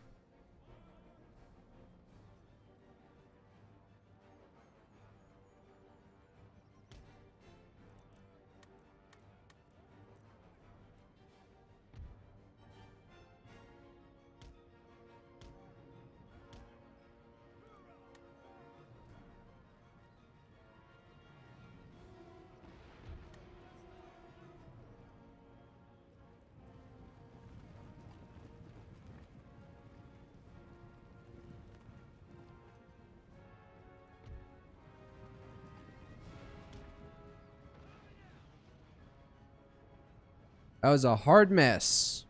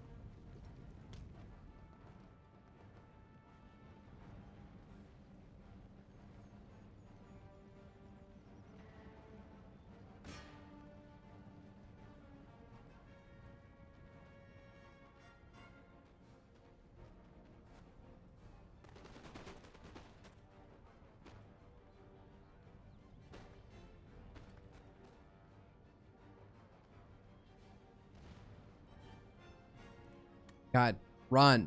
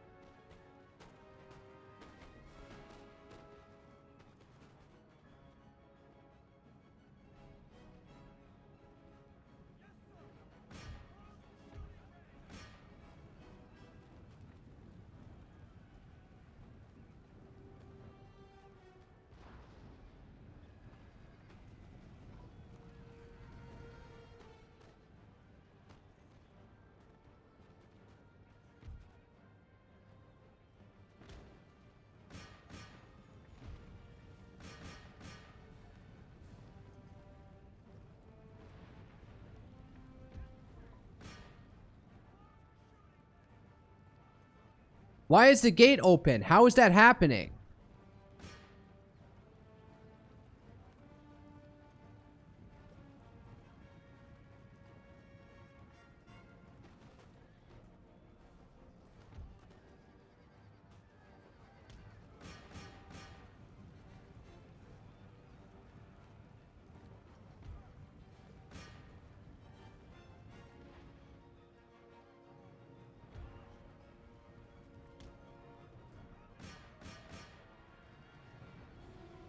Okay, yeah, this is turning into disaster for me.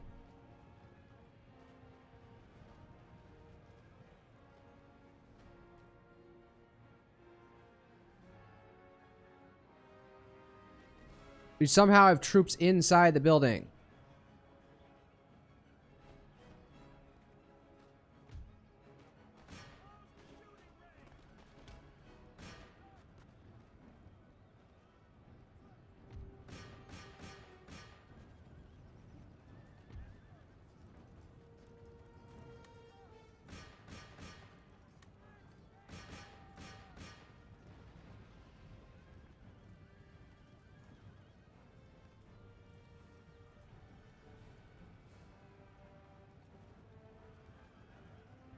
Oh, and there go my Minutemen.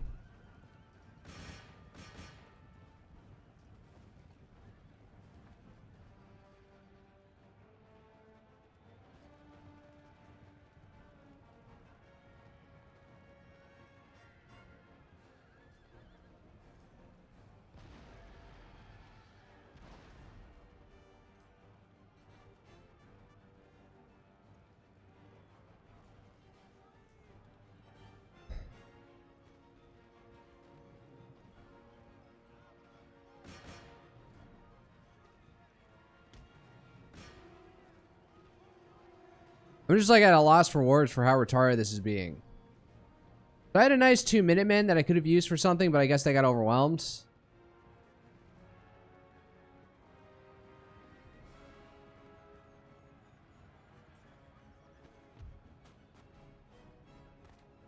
Just sitting there without actually like, are you guys out of shots?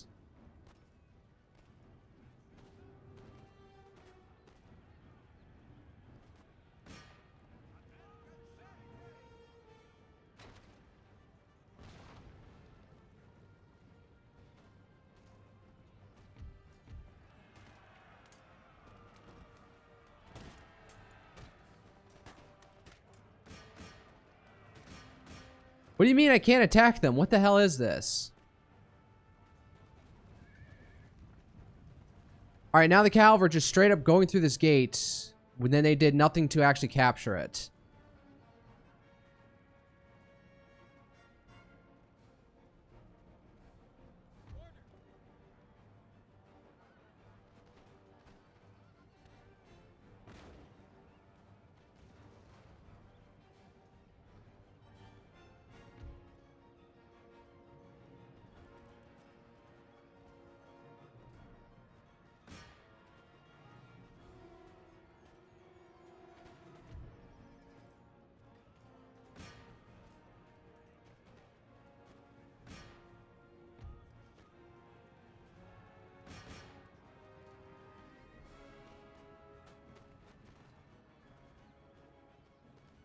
I don't know what the result of this is going to be.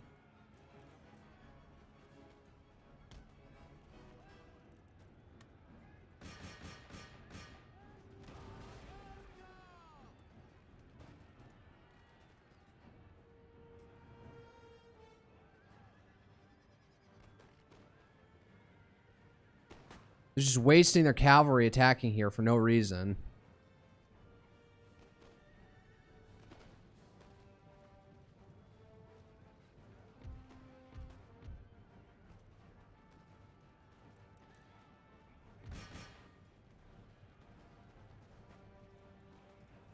Run! Charge in there!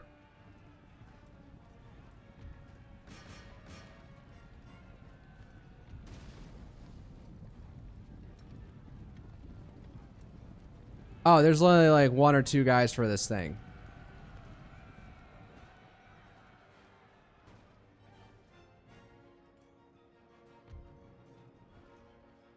You're defeating this cavalry unit somehow.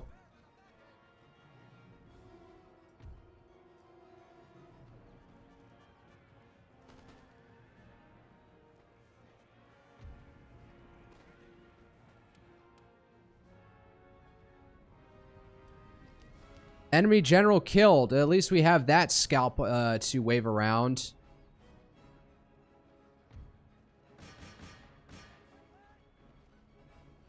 Right, they're wavering.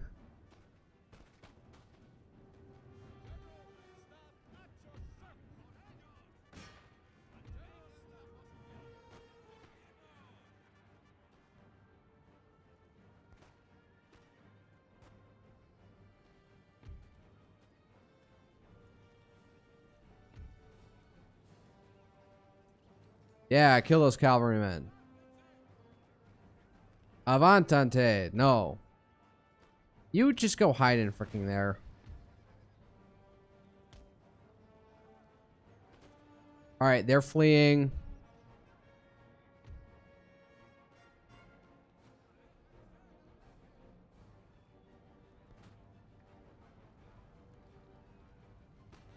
God, this is good. Enter the house and then shoot the horses. We're not at that point. Oh, you're right. I should have, like... Well, I put them in melee, so I don't think they have much,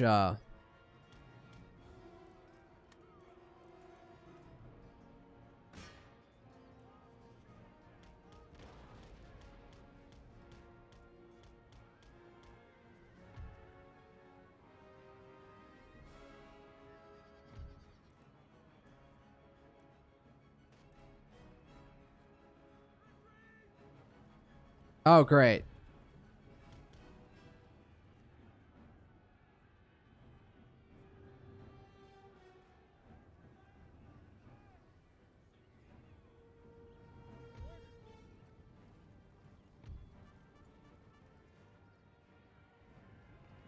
All they have is force of melee at this point.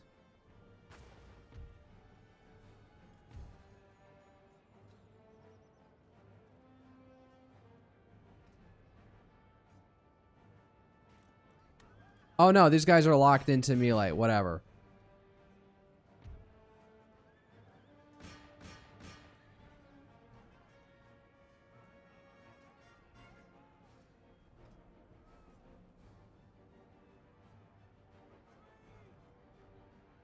Retreat to where?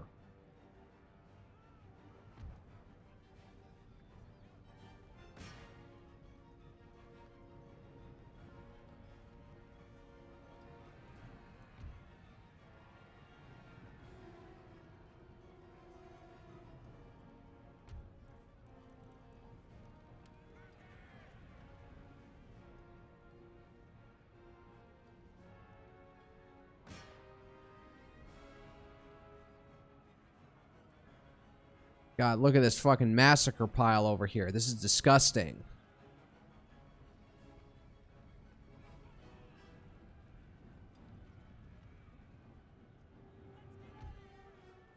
Get back inside, you dumbasses.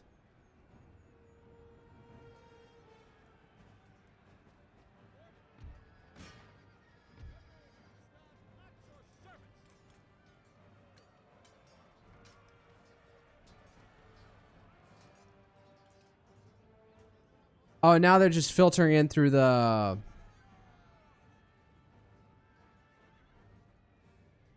Yep, this is going horribly.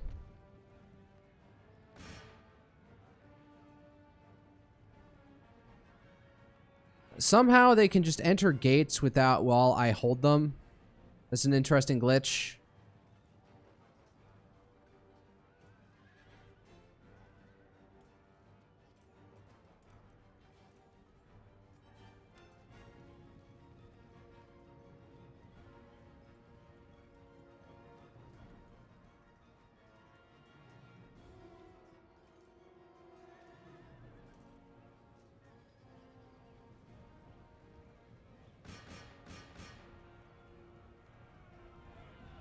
Charge over there, boys. I know you don't have a bayonet to fight with, but better than nothing.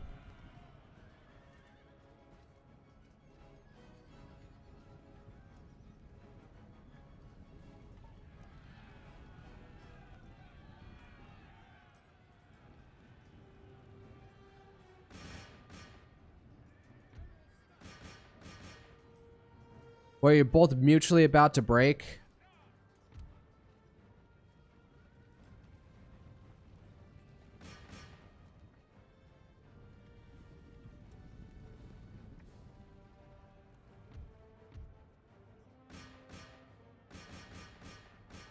Chase him down.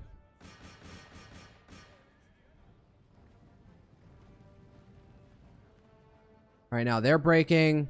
All right, so we turn that around somehow.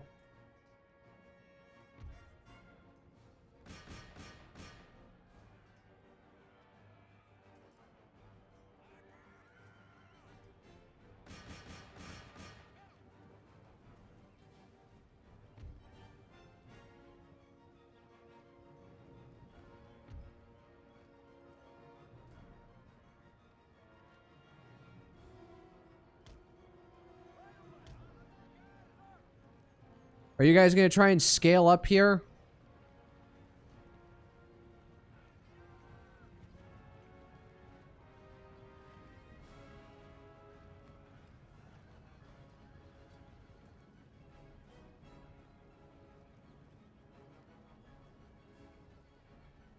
So retarded.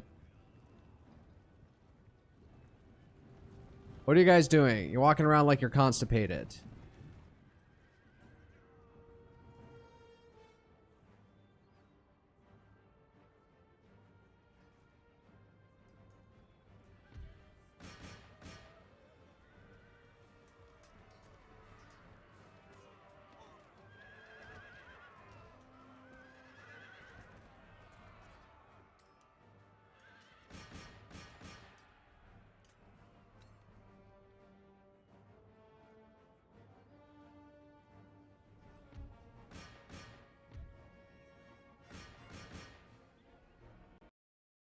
Uh-oh.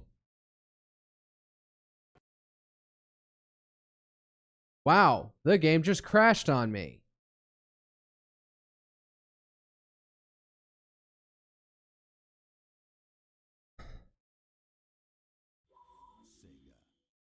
All right, let's try that again.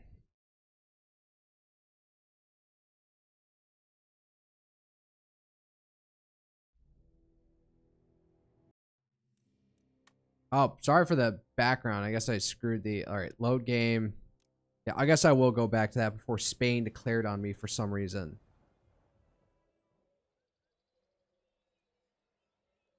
Sir. Brush him aside! Sir. Crushed utterly!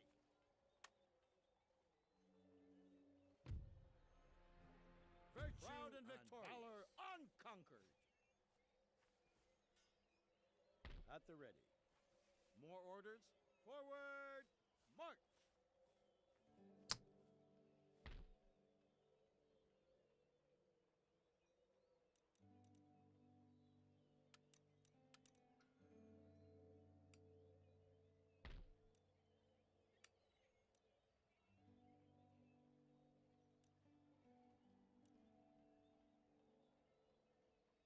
Then we can heavy artillery piece from a previous century.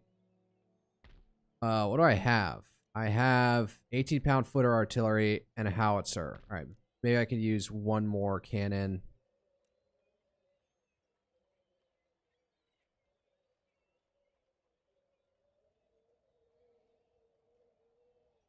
Fashion style of light cannon deployed in a fixed position.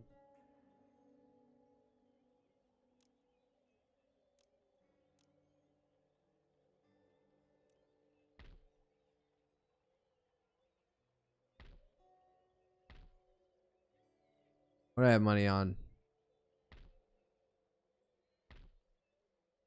I still have these fuckers down here that I need to get rid of. All right. Can I keep Spain nice? Use this option I don't have money for any kind of state gift. Never mind. in order to improve relations between you. State gifts cannot be offered as part of a wider diplomatic deal. They are a unilateral action only.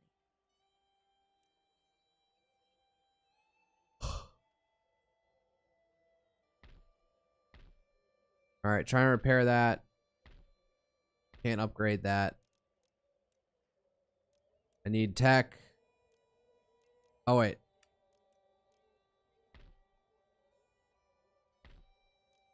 On infrastructure. There. One last to spend my money on.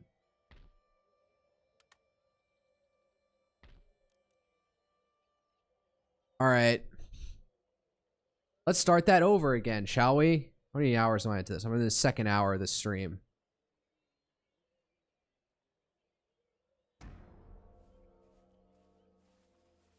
Oh, of course he raids it.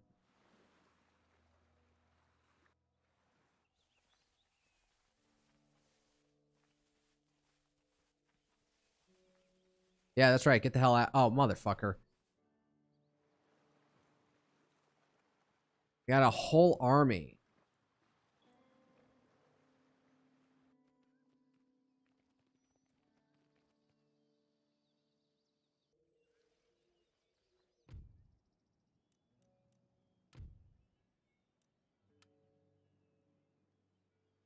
All right, fuck you. And forward. Glorious victory. Get back up to New York. March. Replenish units. March. Ready and waiting for your orders. Fine, I'll fight out this battle real quick. Some units are masters of concealment and can make themselves almost invisible in the halt button in the bottom right of the screen. It is important to preserve the devastating impact a cavalry unit can have. When going into combat with cavalry, always charge the last few yards by double right-clicking on the target. Beware of charging across too great a distance, though. All right, what are we doing over here? Tiring business.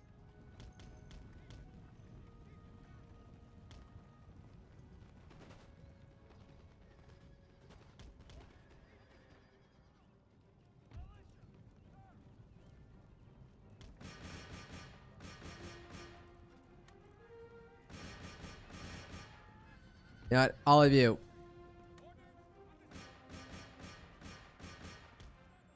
Get in there.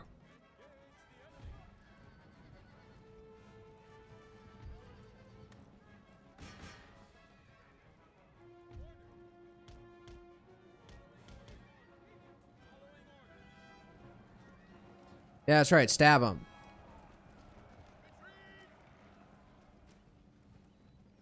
All right, now go after them so they can't get away.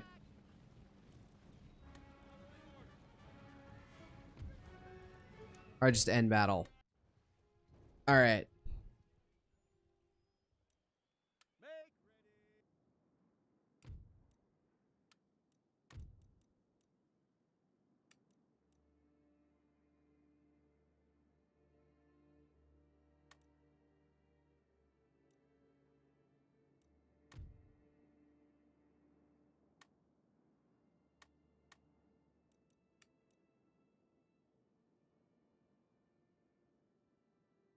What about France?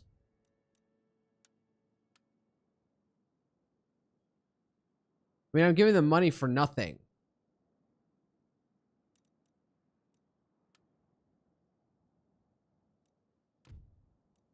Diplomacy can't help me right now.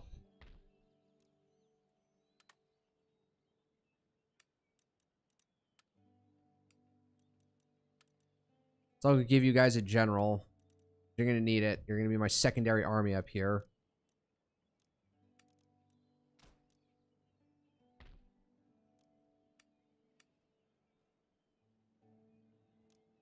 Can I send both money and an offer?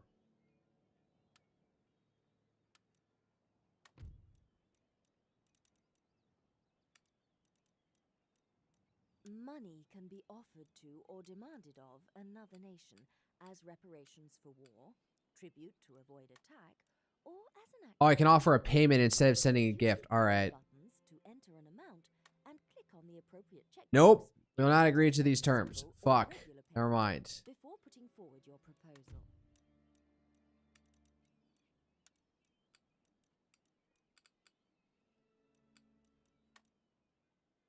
France. Oh, glorious day. Your decision will bring great joy and prosperity. Oh, I got France on my side. All right, that's nice. Use this option to officially declare war on another. Regions can be ceded to or demanded of another nation. Select a region. Okay, so I got France in on this me by bribing the fuck out of them. Click on the button at the Nice. bottom of the panel to either offer or demand the specified region.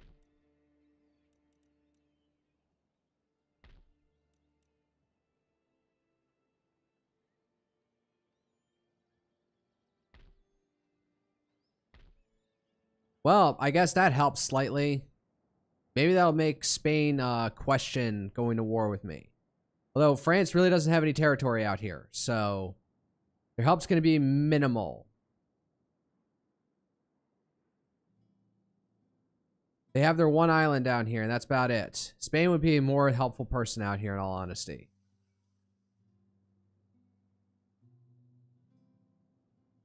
All right, whatever. Need to sit and rest and recuperate.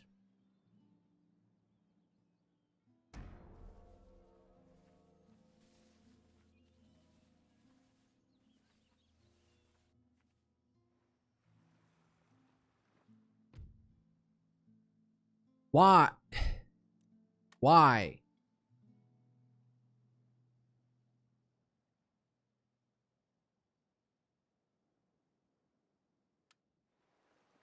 Oh, so now I'm ally-less. Spain just really had it out for me for some fucking reason. There is a port in I guess I should have bribed them way earlier. developed. Select the type of port to construct here. A fishing port will help your population grow. A trade port will provide an income from overseas trade. A naval port. All right, well, there's their army, so all right, fine, I'll back off.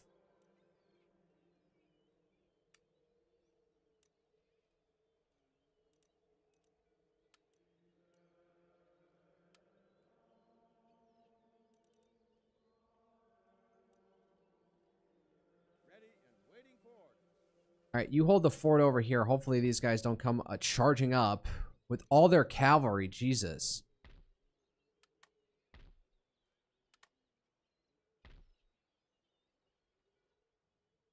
See if we can head off Spain slightly.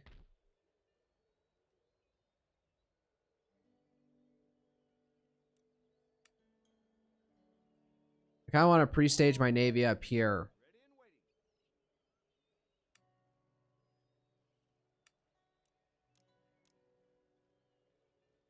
All right.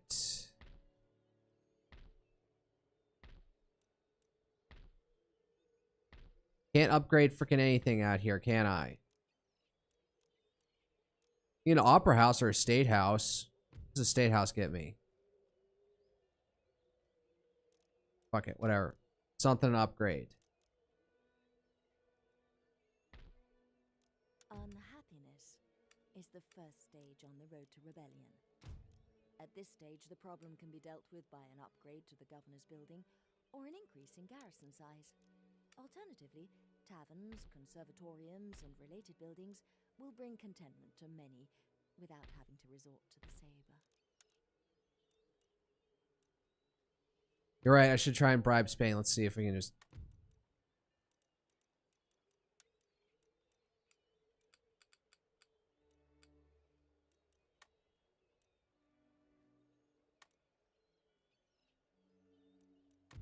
Yep, so giant amount of money isn't going to do anything. Fuck.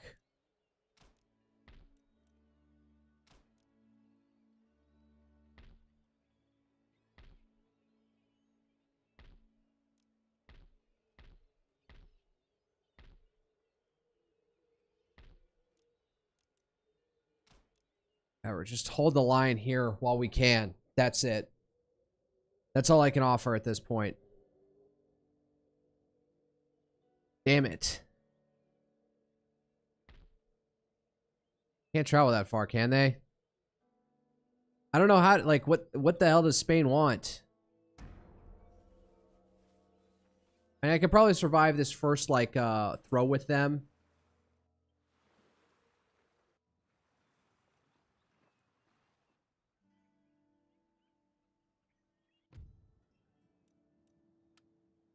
Well, they dislocated their army, so let's go out and meet them. For crown and country. So they got more cavalry than infantry. Whatever. All right, we'll see how this goes.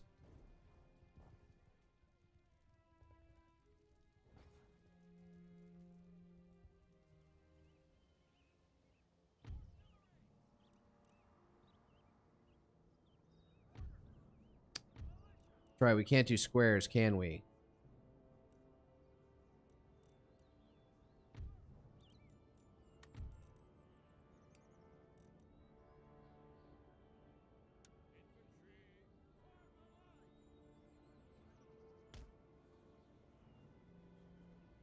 What?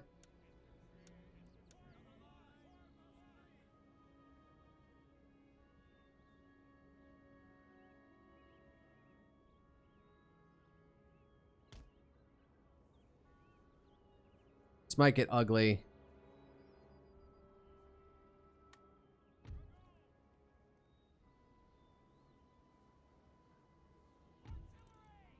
Unlimber.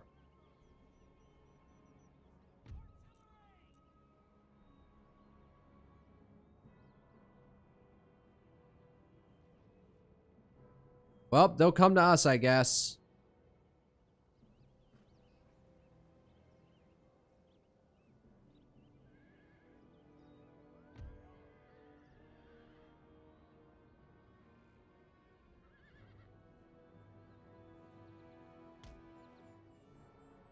Here comes our first,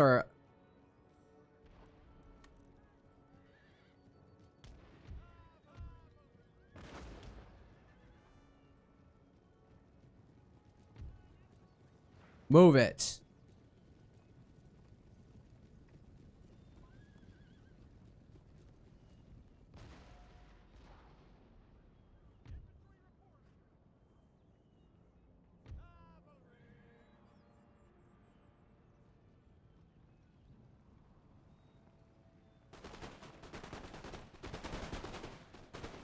All right, that blended one of their charges pretty well.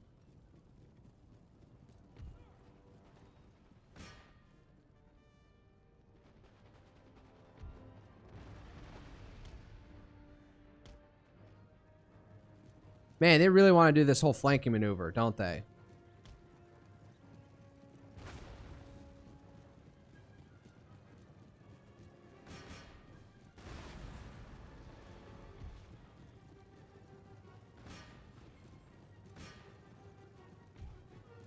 Actually, you over there, shoot in the backfield.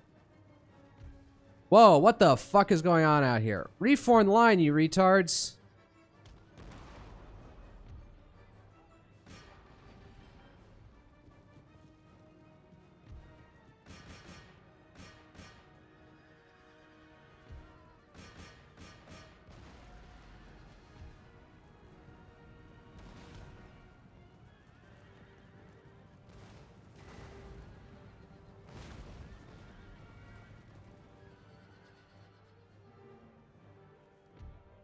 God, get over there and help them. Holy shit.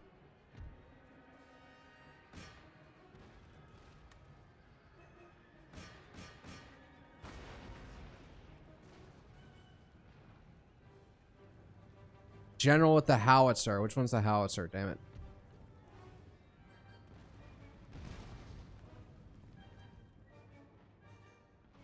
I don't think they even have a general out here.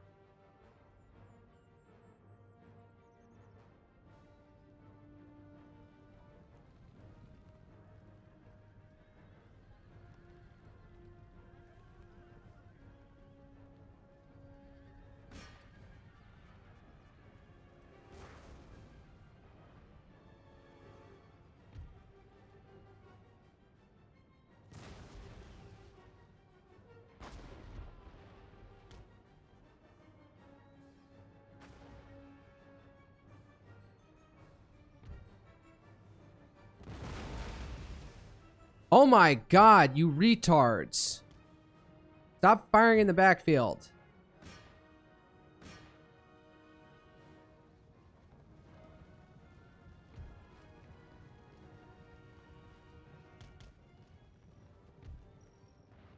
All right, get back over here.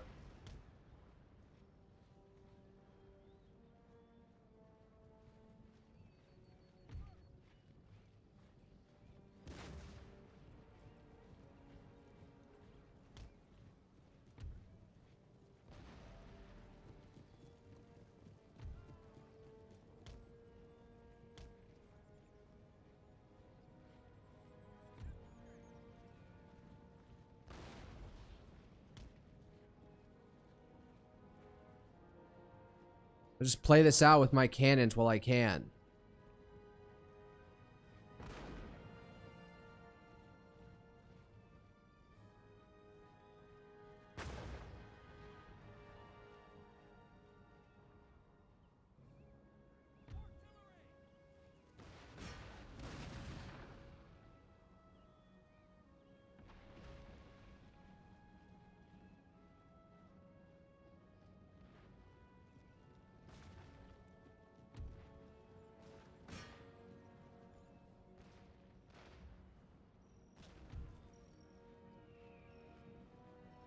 Eagle screaming in the background.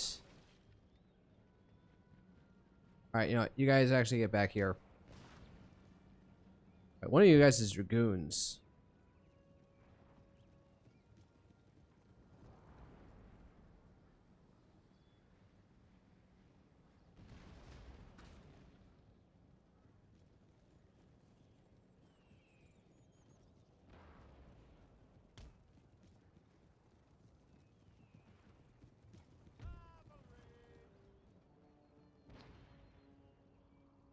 So now we're at the point where the AI doesn't know what to do with itself.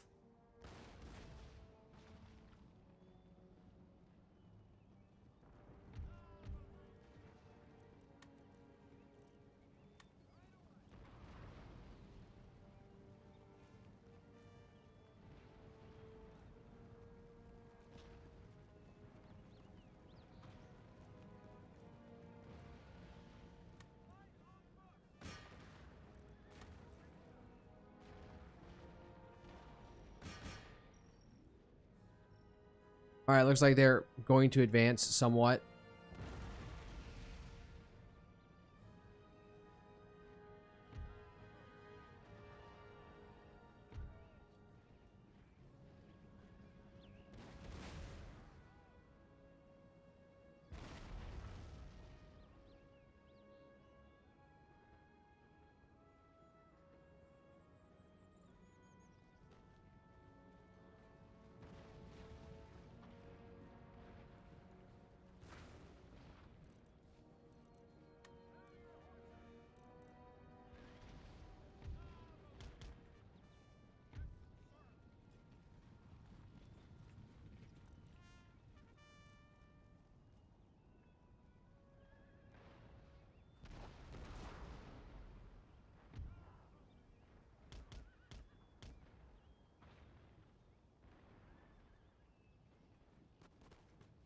Yep, that was...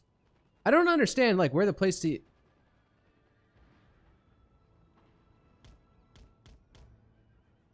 Where the place to appropriately use dragoons is.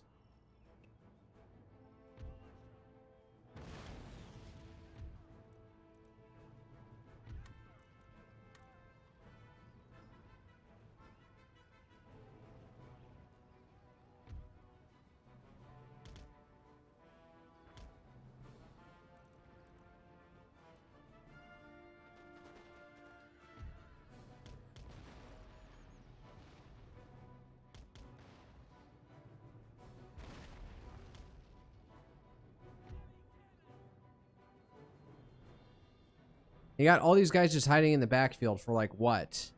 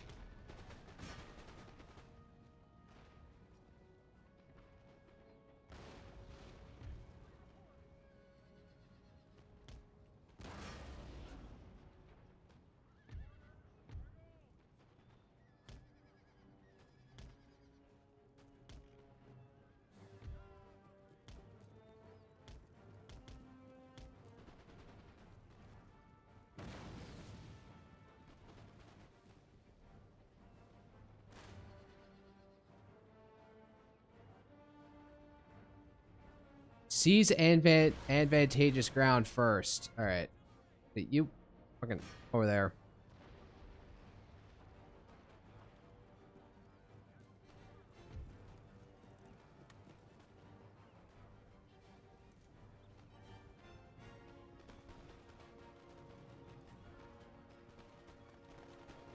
Well, I guess I'll try and support a flank over here.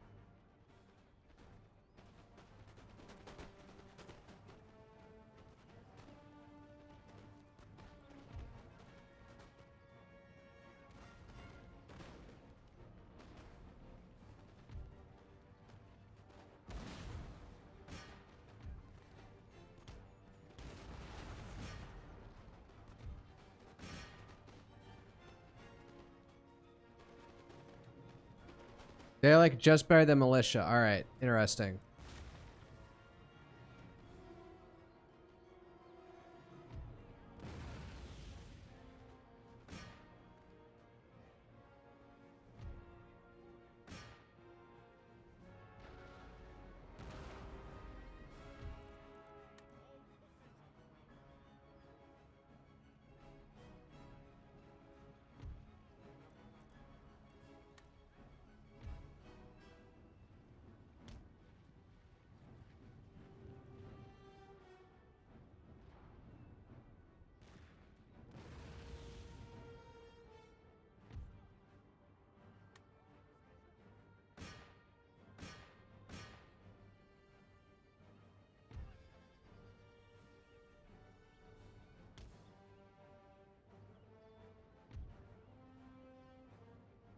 All right, now I got to deal with like all these strewn out like enemy units.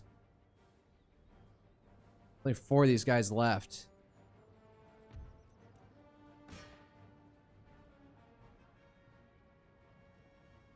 Oh, an infantry square. All right, actually back up.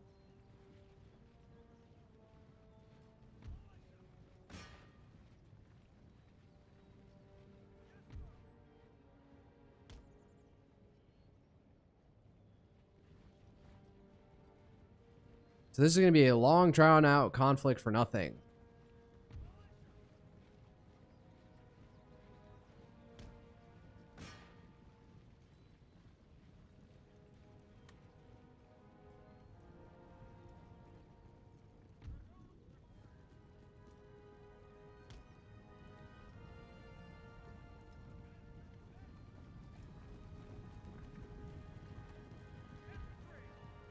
Light them up.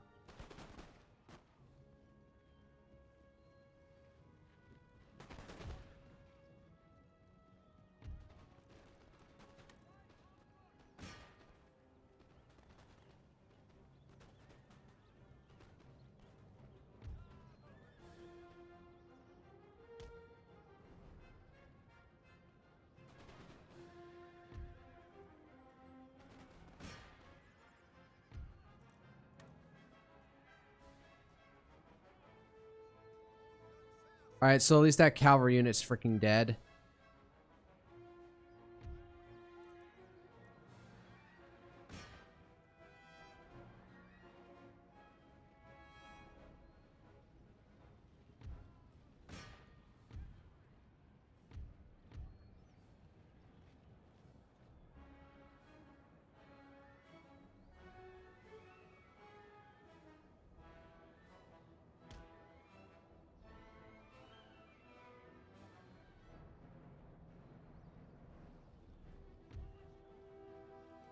All right, now to take out these last 2 remaining units.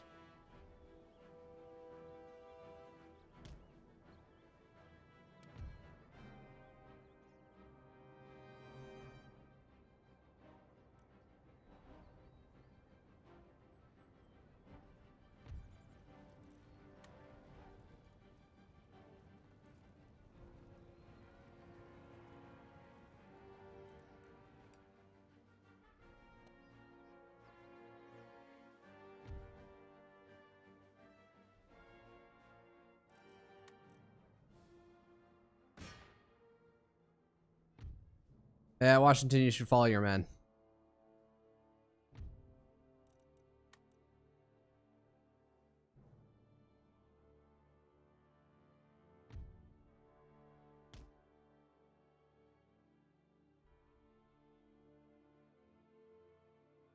Kind of annoying that these guys are still like just hanging out in the back here, even though they've obviously lost.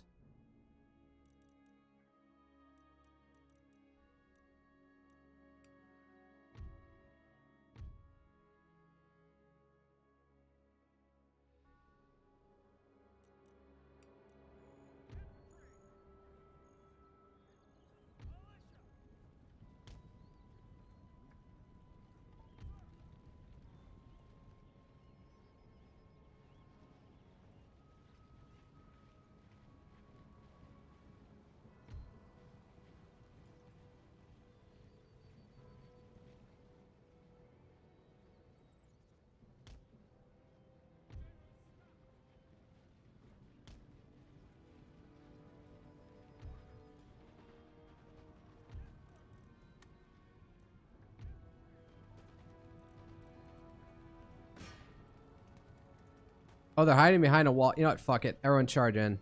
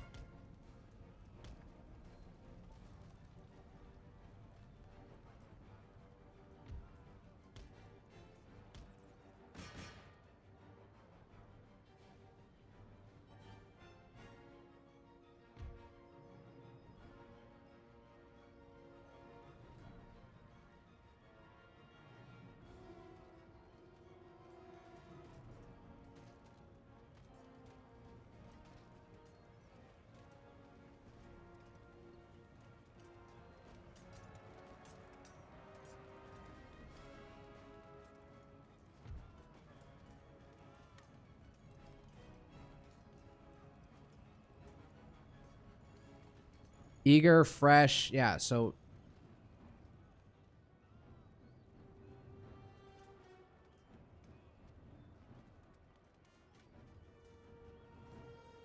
make the charge.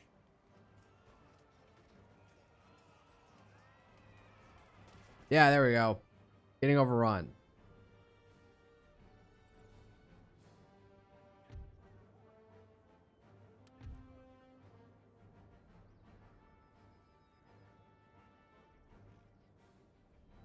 Why won't you... what is going on here?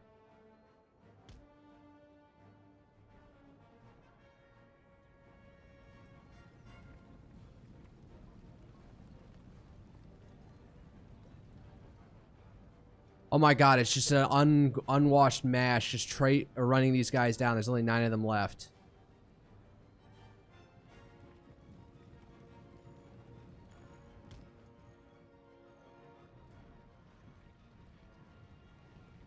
Oh, and they're coming out of cover for what reason?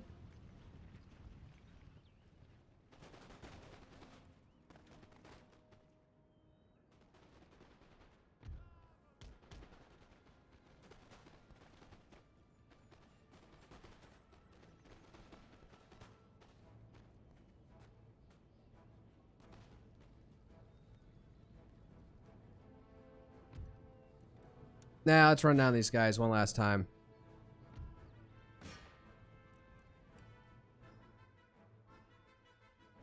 Alright, so we completely obliterated that entire army from Spain. Minutemen are better than militia. Yeah, but how much do they cost, though? That was a close victory. We are mighty and unbowed. We lost 400, and they, wow, they got 83 remaining. Immediately.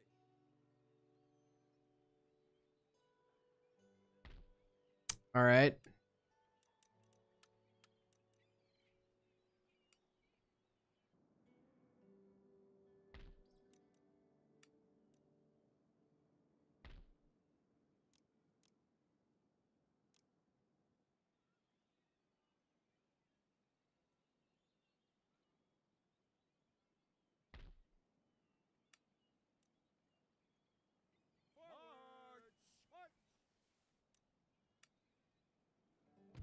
Not necessarily militia.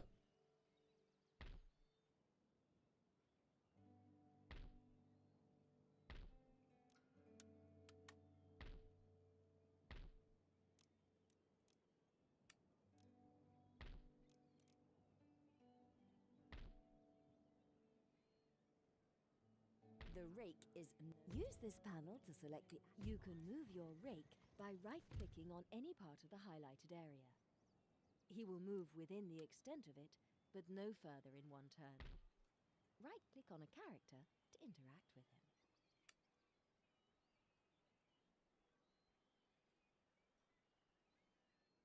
him. Enemy can't use bayonets or square formation. Ah, very unfortunate. Can militiamen use it? Important information about a particular unit type. Number of Can hide in light scrub. equipment and upkeep costs, experience, statistics, special abilities, and a detailed description. Can hide was resistant to morale shocks. Paths seldom trod. Men are very fond of the land to conceal their route to their march and are harder to spot on the campaign map. Can skirmish. Oh, they can skirmish. That's cute.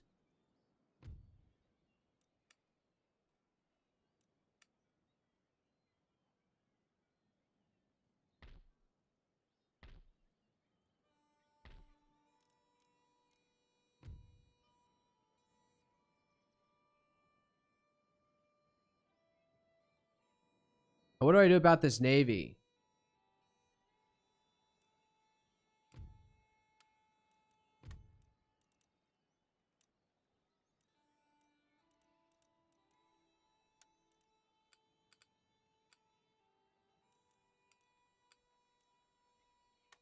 All right, let's just see if this will get them to stop.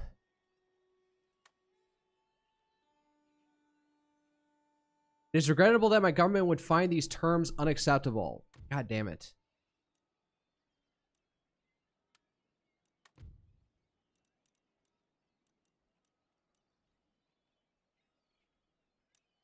Once researched, a technology can be offered to another nation as part of a diplomatic deal. A technology can be demanded as long as the other nation has... Some of our already talks have come to an end and in your favor. Isn't that wonderful? Oh, I just got a free technology off of them for something?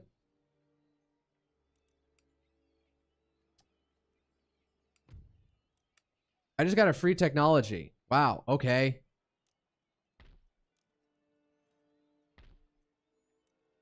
I don't have the money for empiricism. Fuck. Alright, I didn't know I could just do that. Well,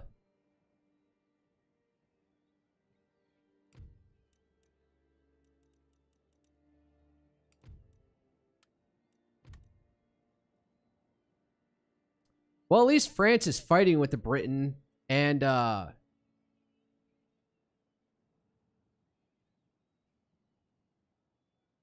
are they at war? If you're an enemy, it doesn't necessarily mean that you're at war.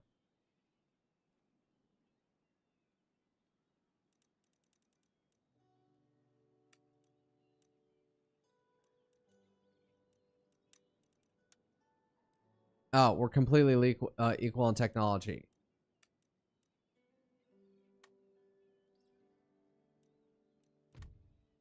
All right. Where's France?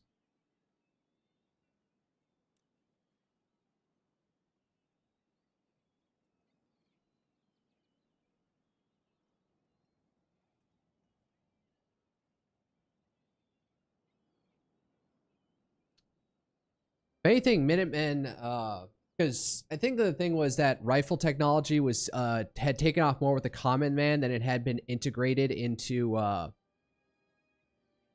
standing militaries. It doesn't necessarily matter if you're just like a little colonial out here in the backwoods of New York.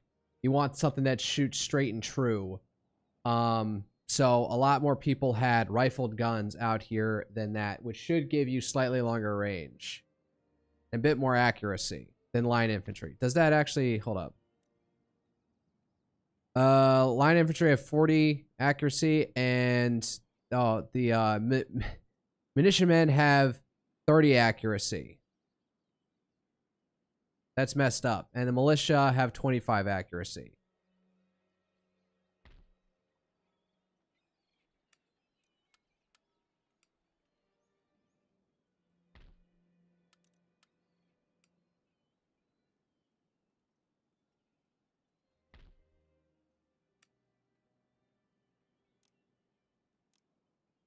I need a military harbor somewhere.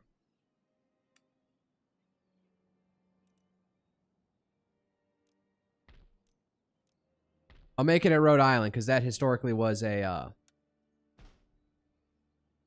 an important naval station for America. Oh, farm. Always good to upgrade the farm.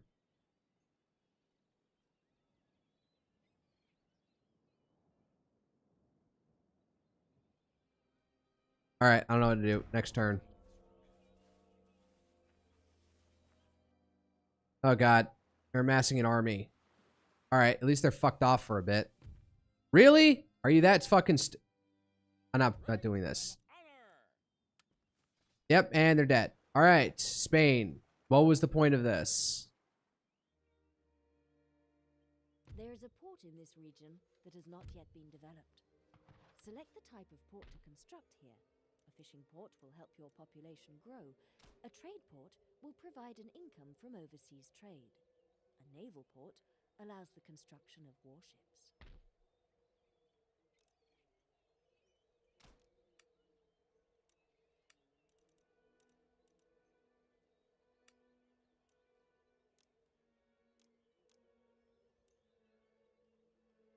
It's going to build up my army a bit more.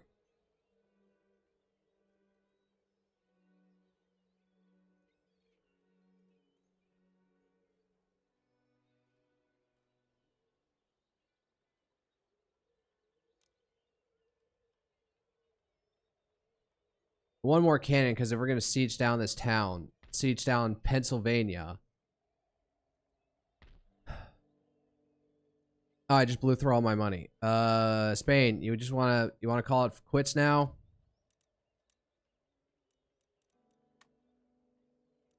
All right. Well, I guess they blew all their land forces that they have at this point.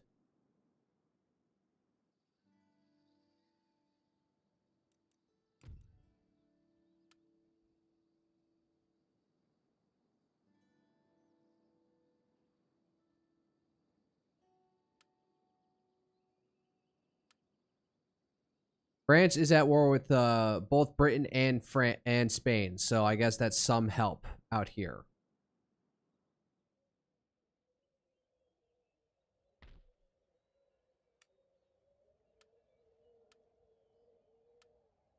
Forward, march. I got enough Minutemen. I got 3 more slots, so that's all I can spare at this point.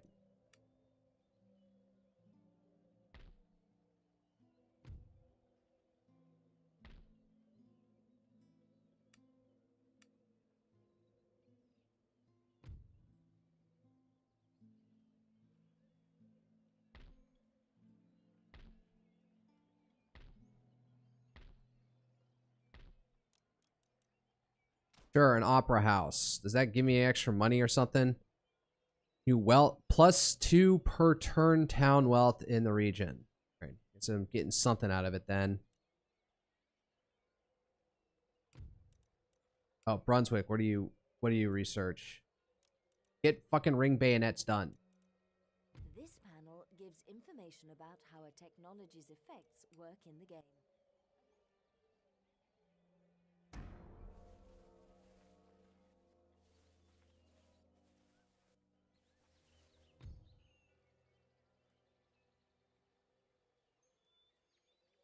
I've been instructed by the monarch to discuss their demands, a military alliance, and they pay me. They offer single payment. Sure. All right. Thank you, France. So it's me and France against the world. There is unused land suitable for farming in this region. Building farms here will help the population to grow over time and produce trade income.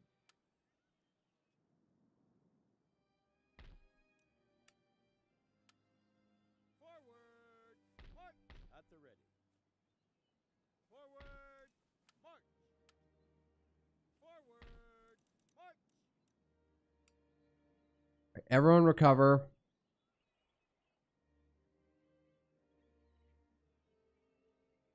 Holy Annie, hello, I'm fine. Oh, did you draw somebody in here?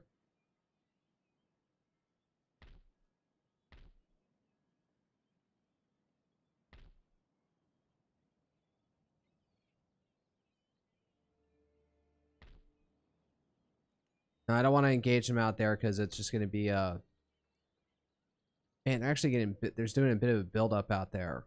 I think I need a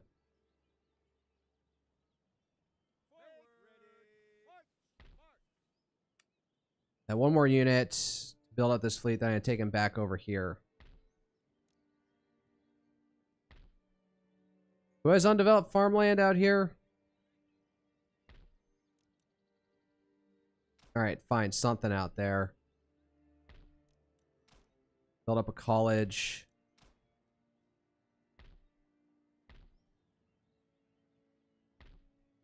And I'm out of money.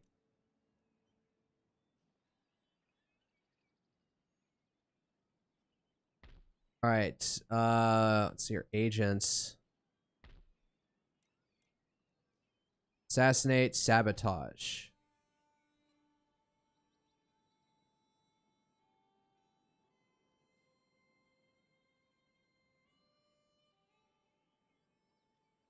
We'll save it for next turn when I might try and take the city.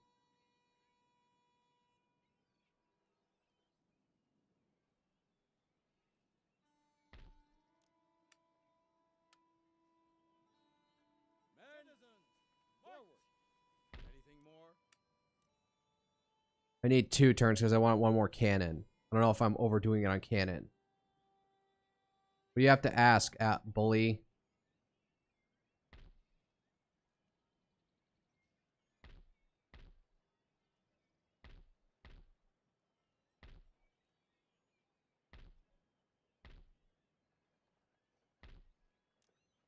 I need basic steam pump out here. Wow. I thought that was like a 1800s thing. Maybe it wasn't at this point. Everyone's framing of history is always off slightly. What is this? Oh. It's a port. I didn't realize I had one all the way out here.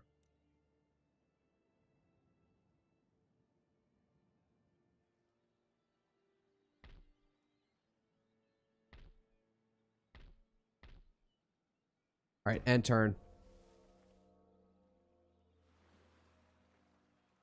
Your username for what?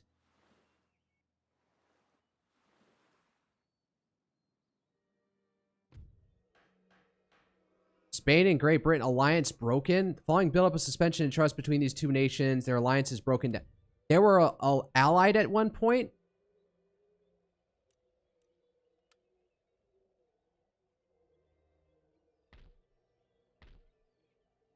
Yes, sir. Troops! All right, almost ready. Wait, one more cannon and that's it. Ah, oh, motherfucker, the British raided here.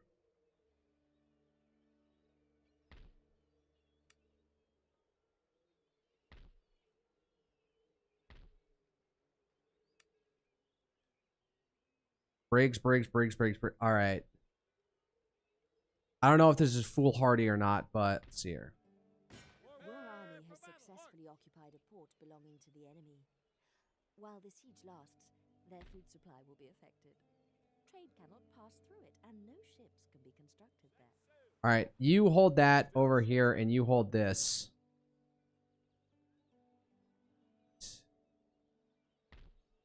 Town, very poor. What? Destroy what theater? This theater? Why, to make room for something else? Or the theater in Boston?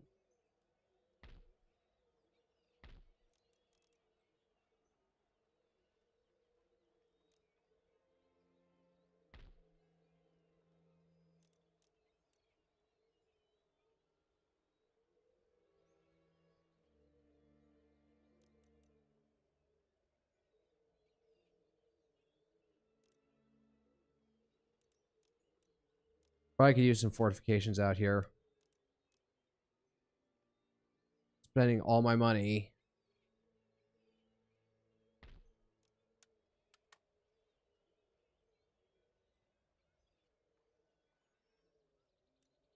I should probably actually make nice with the Iroquois Confederacy.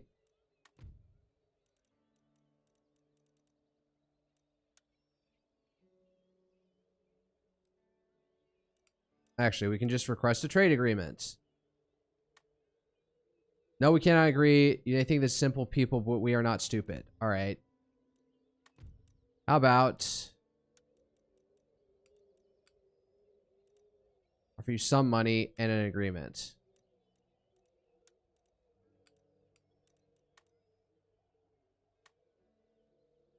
All right, we got a trade agreement with the Iroquois now. So hopefully that means they are less inclined to attack us. Got a lot of cavalry.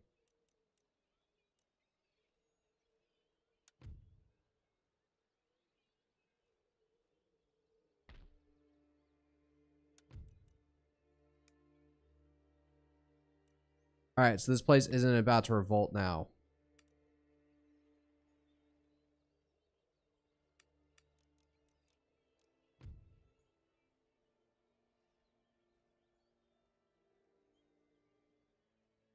All right, one more turn. Wait for the cannon to show up. Are they peeling off units? God, that is terrifying. That giant British fleet out there.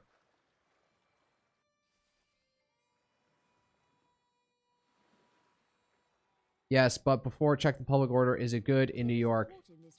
Man, tribal cav are scary. They are? Select the type of port to construct here. A fishing port will help your population grow. A trade port will provide an income from overseas trade. A naval port allows the construction of warships.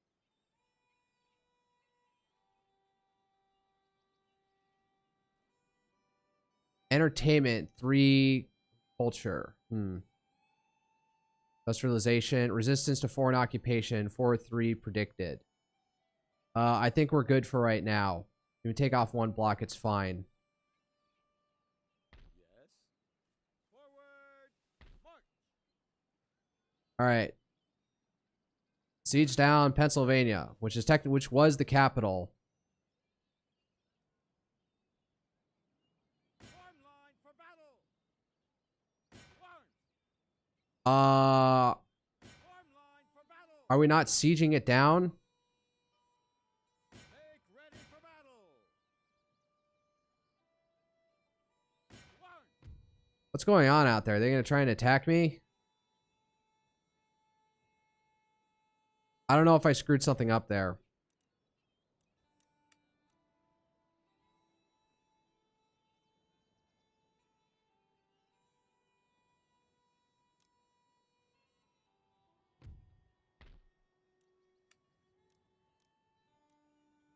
State capital.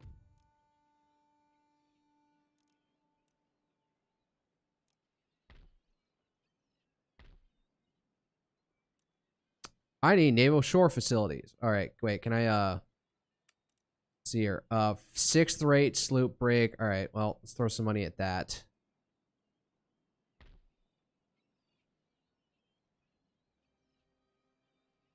Tribal Cav have good stats and can shoot. Basically, they are very capable of killing your Minutemen.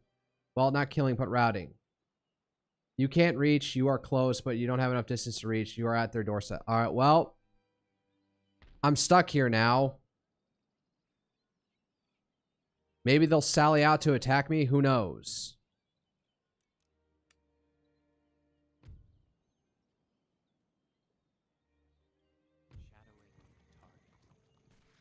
Your agent was detected while covertly on your instructions. He has managed to escape with his life, but has aroused suspicion towards your nation.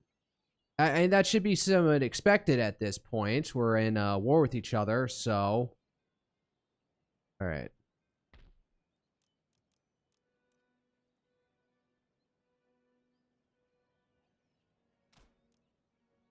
I don't know why I spent money on that. Inuit nations... Pueblo nations, Plains nations. Huron, why not?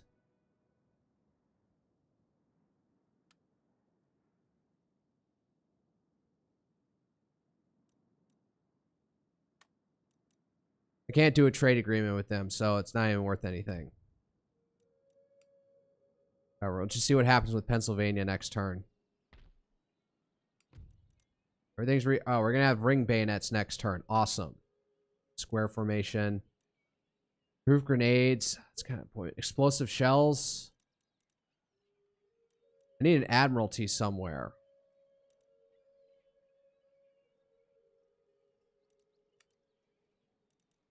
It's craft workshop, smiths, craft workshop, weavers. Guess I need to build out one of these buildings somewhere. Or anything else.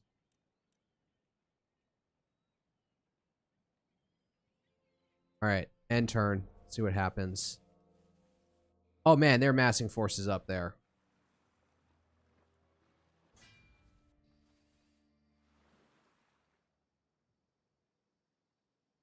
Oh, there are naturally occurring resources in this region that are not currently being exploited.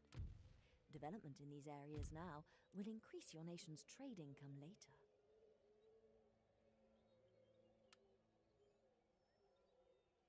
Fuck, they got a lot of units out up here. Rangers. Alright. Your humble servant.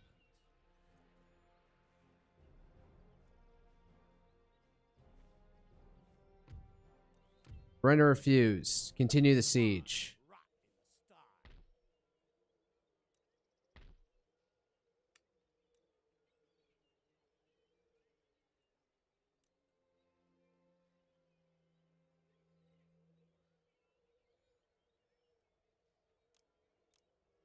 Actually, no, just I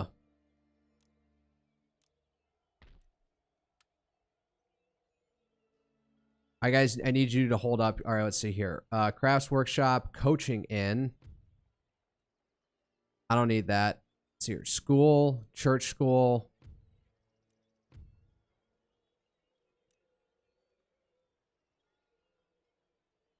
Fine, let's go with the craft shop weaver so we have another industrial building out here.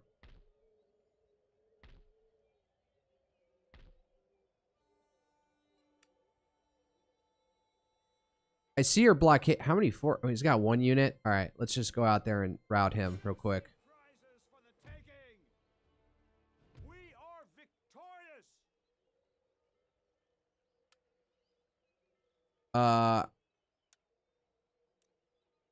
Yeah.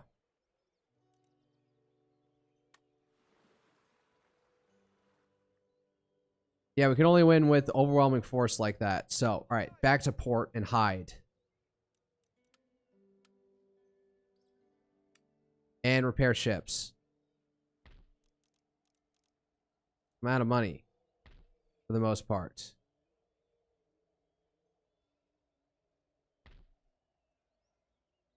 Demi-cannons, demi-cannons. Demi-cannons. Wow, nobody has anything. Alright, what do they have in here? Oh, they got howitzers. Fuck.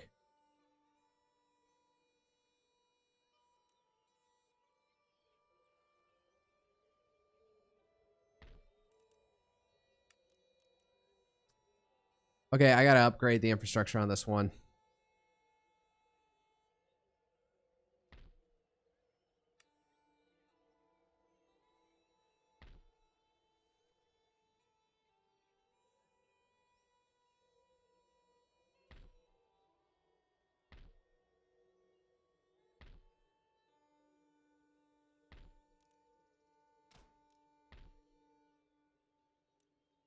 I've got an agent up here.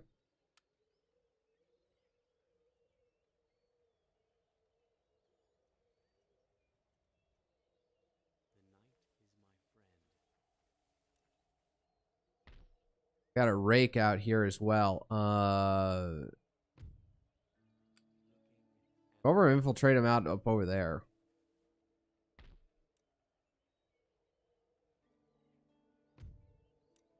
Armchair general. What does this guy even do?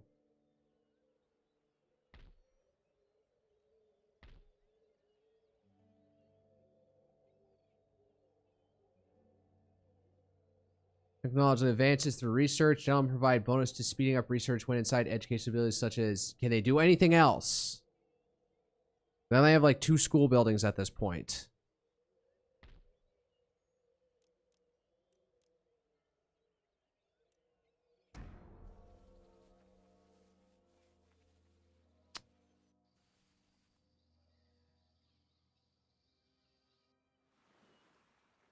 Man, the Eternal Pirates. Land suitable for farming in this region. Building farms here will help the population to grow over time and produce trade income.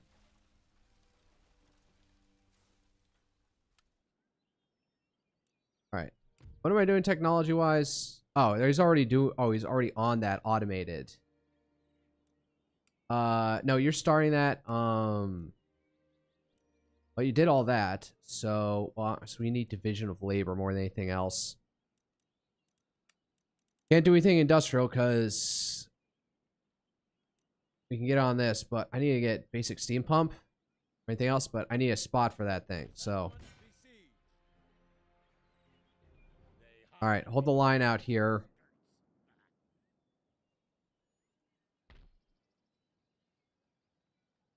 You have to go through Iroquois territory to get back out here, so leave that be. But I don't like this concentration of forces up there. Oh, but I can also build out my farms. Is there a farm up here at all in Maine? No. I can't build that out.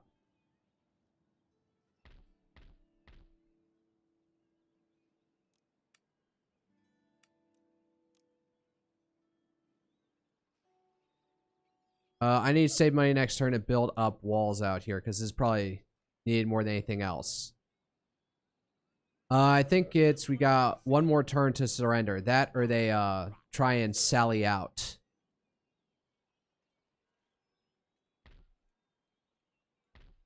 Cayuga Iroquois territory. What? Is this territory historically claimed by them? Is that what I'm reading?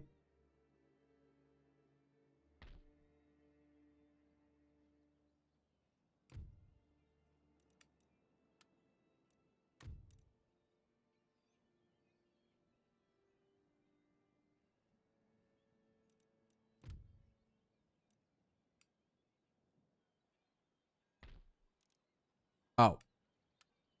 Yeah, you out there because I'm nervous.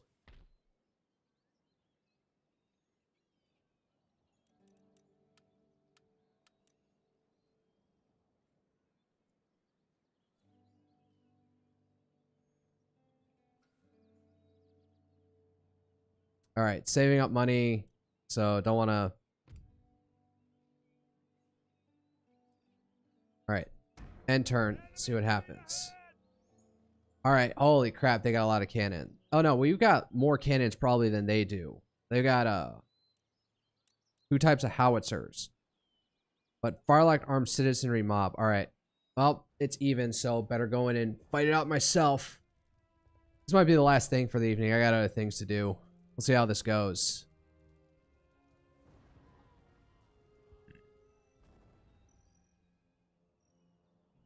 Oh, God.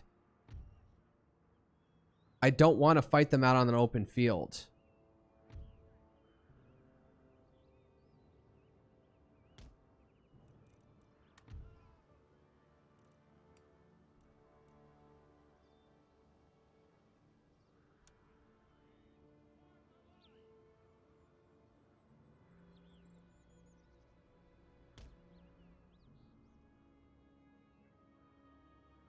Why do I feel like this could go really badly?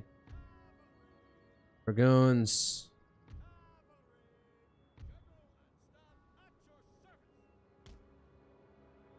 Well, let's see if they try coming out. Well, they already have some people out.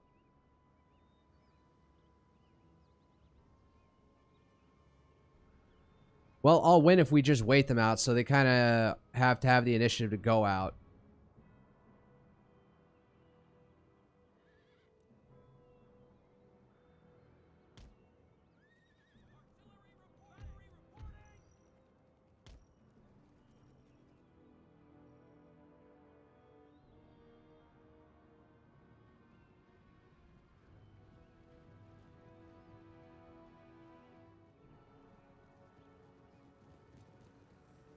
They're sending out their Indian cavalry to attack us, or what?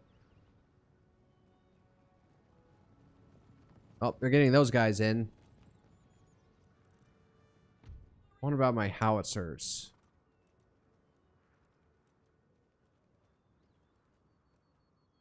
Oh, God. Oh, they're sending out units over here. Tribal auxiliary.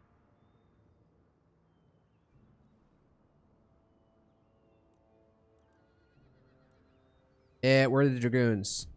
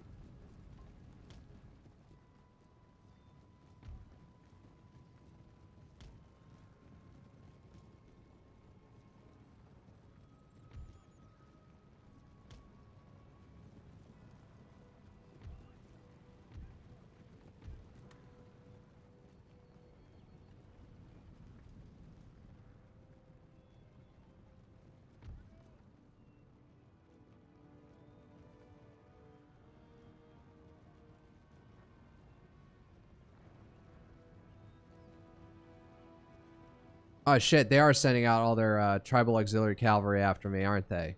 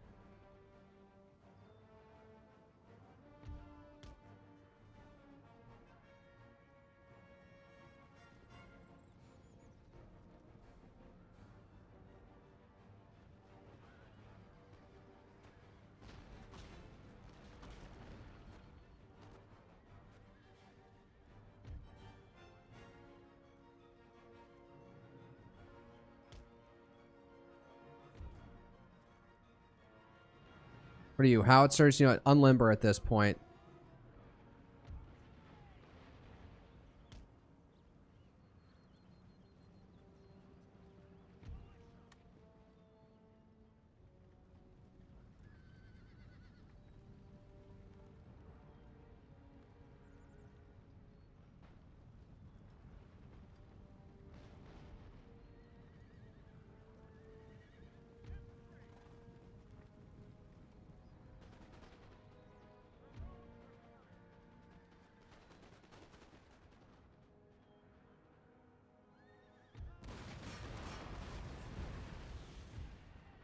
All right, hold, hold.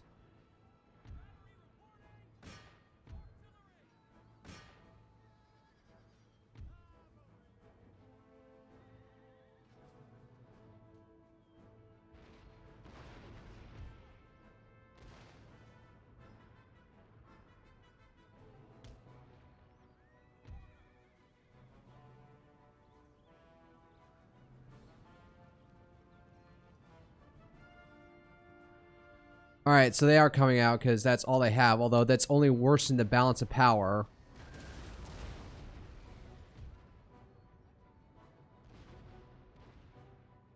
Where's my other cavalry?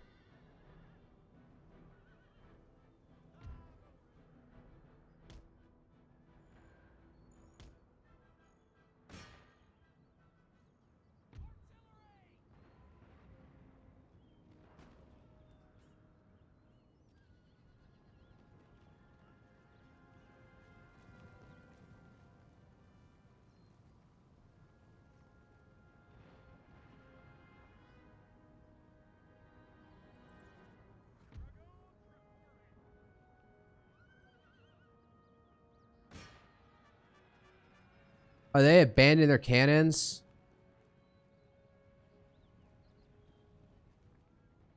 Oh yeah, they straight up abandoned the cannons.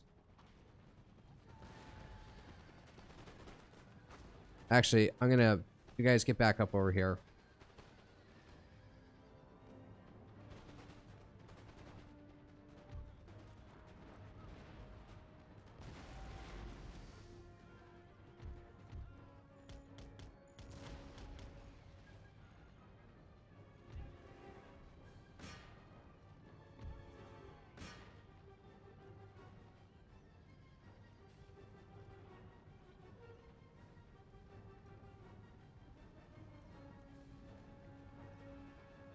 Really? You're chasing after my cav like this? Are you kidding me?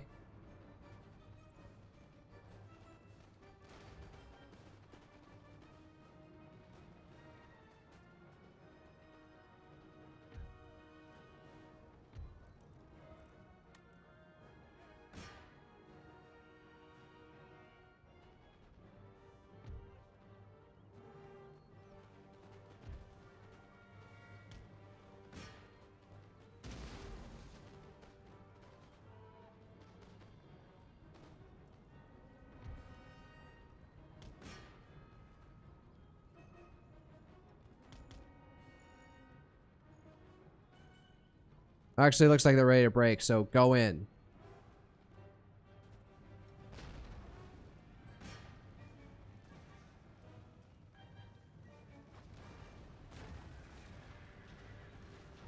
Firelock citizens.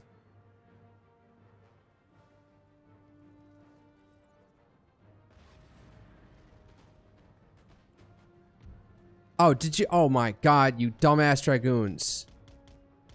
You're supposed to fire on them. Mount back up, you retards.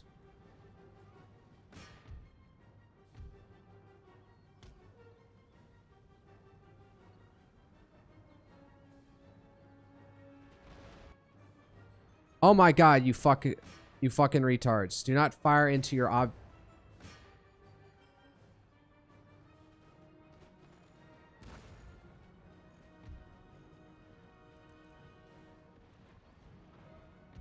Oh god, they need help.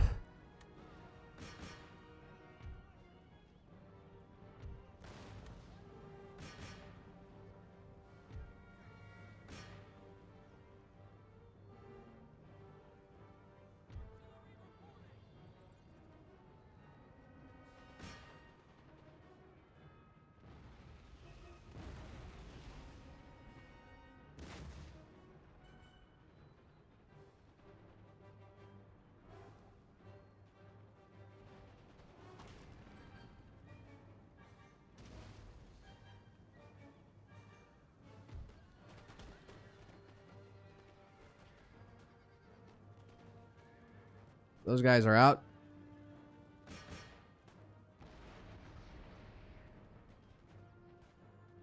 All right. I think I broke every single unit out there. Heroic victory. Huzzah. Oh, fuck. Here comes a big army. Oh, man. They are enforcing the fuck out of whatchamacallit. There is a port in this region that has not yet been developed. Select the type of port to construct here. A fishing port will help. All right, hold up. A trade Want port military provides syllabus? income from overseas trade. A naval port Ordnance allows the factory. construction Actually, of no. warships. Work on ordnance. Wait, darn it, shit. What are you working on? Brunswick. Nah, you work on this. You need, Oh, how did I get an admiralty? Oh, from Pennsylvania?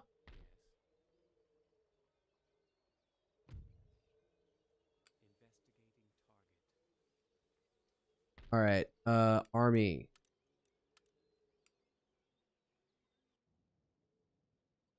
I kind of want to just...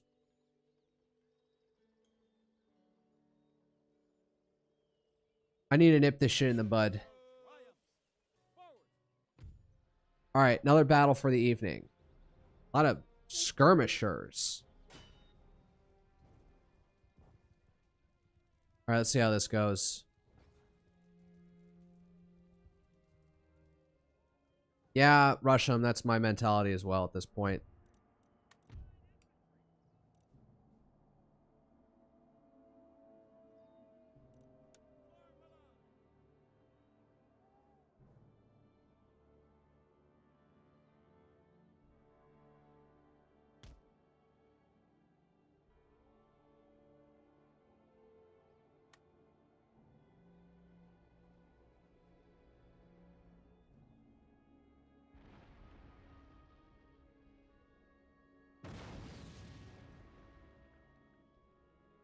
Wow, did they completely survive that?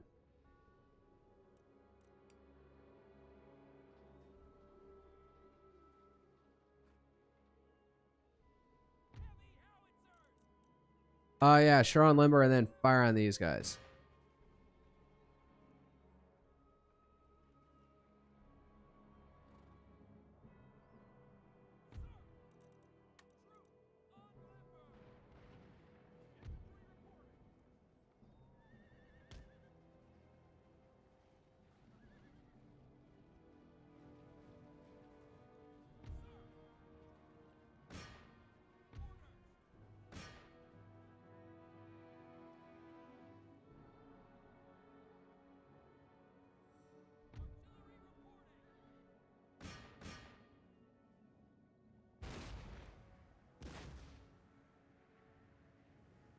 All right, somebody hit the mark. Damn it!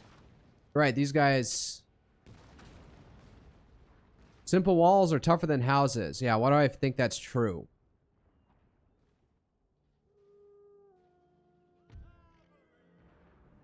Oh man, you got beat up. You're staying in reserve for the time being.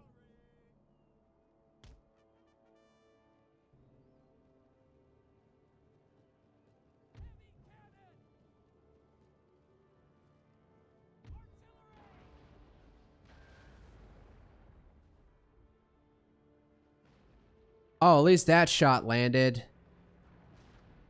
I'm guessing all their skirmishers are out hiding here somewhere. That or I can't see them as they're advancing upon me.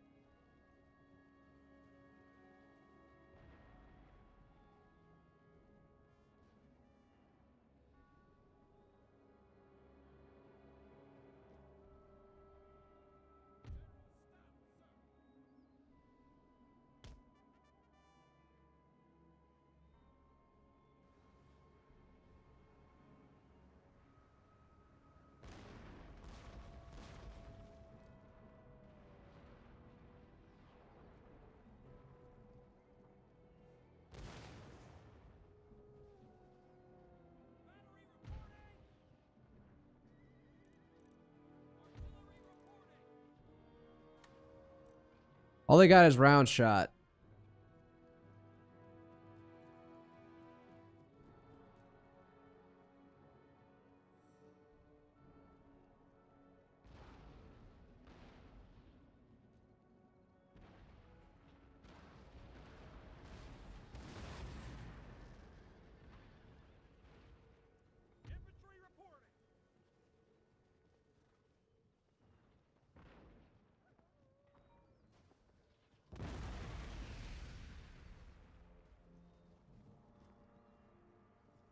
Alright, fire at will, I guess. Tribal Auxiliary.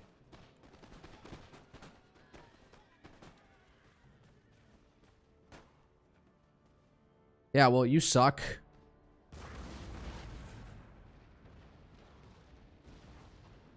I saw a shot land directly on here. How the heck are you still not at 73 where you were like 5 minutes ago?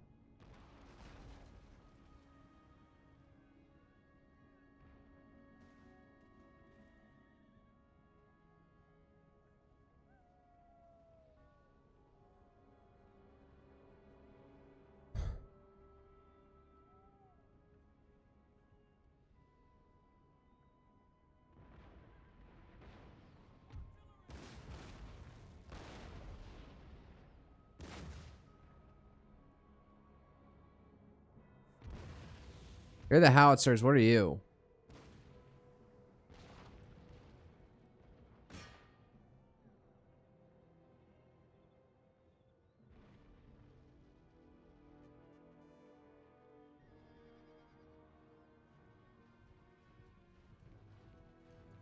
You're staying just outside of firing range? Is that your MO?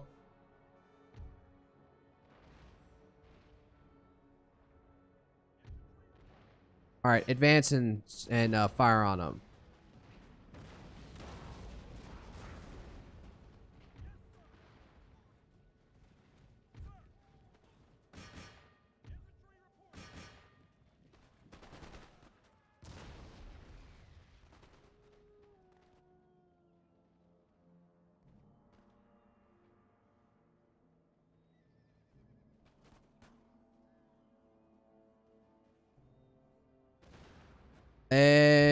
Minutemen do not have bayonets.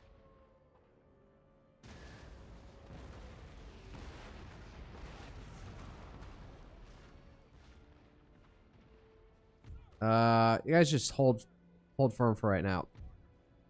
Alright, well. If you're gonna run. Alright, reform the line.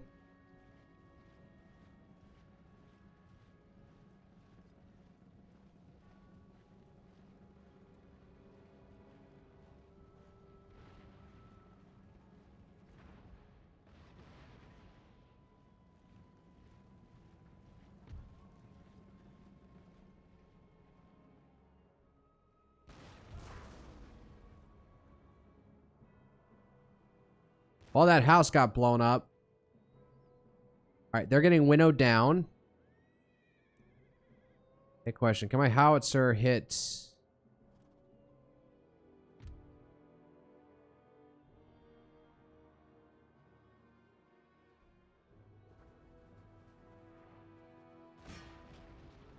No, they can't hit that far out.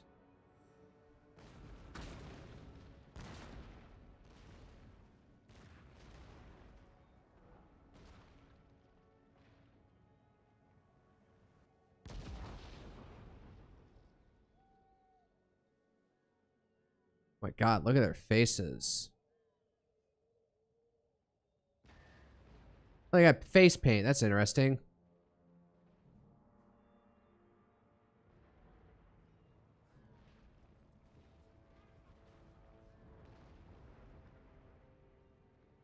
See more men massed up here.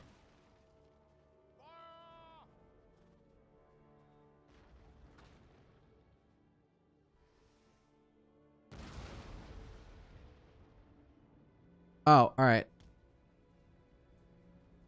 Alright, you guys pull back over here.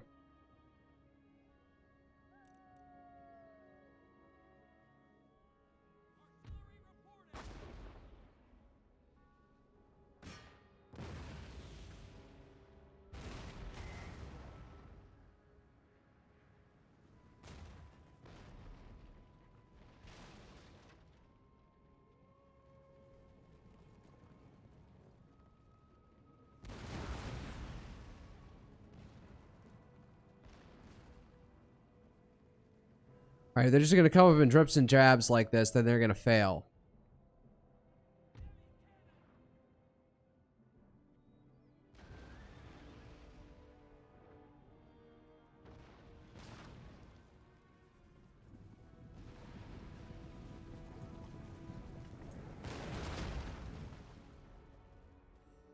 Still firing on them. All right.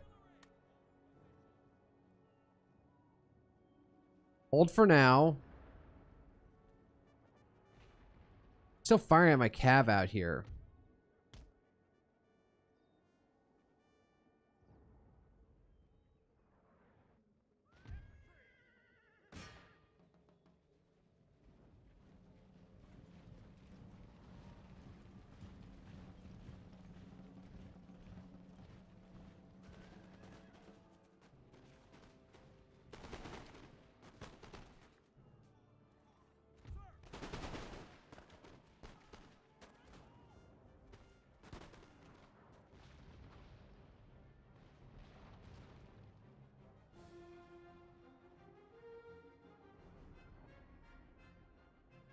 Alright, I feel I do have to, like, eventually move up on these guys.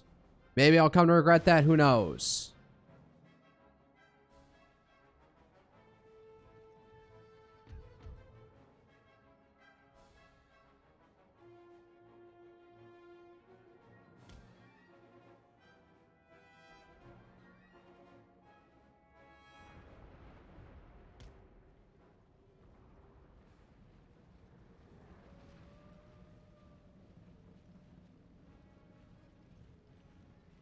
I have to leave the demi cannons behind for now.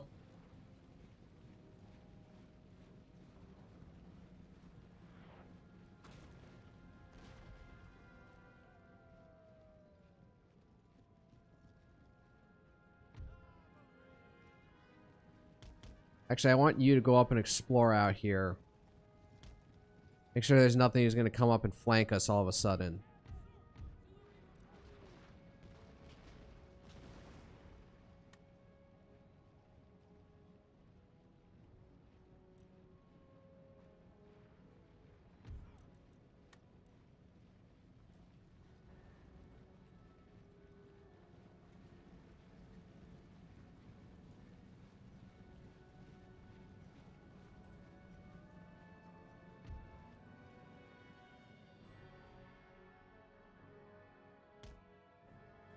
There's the refrain in the music again.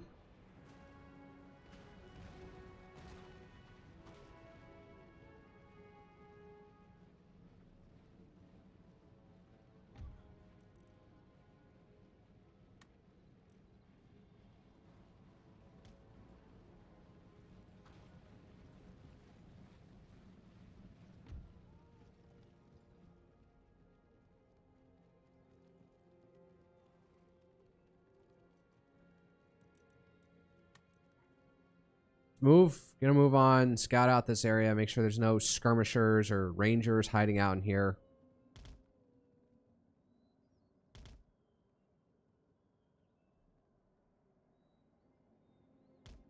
I guess if there's anything, they're hiding up right up there.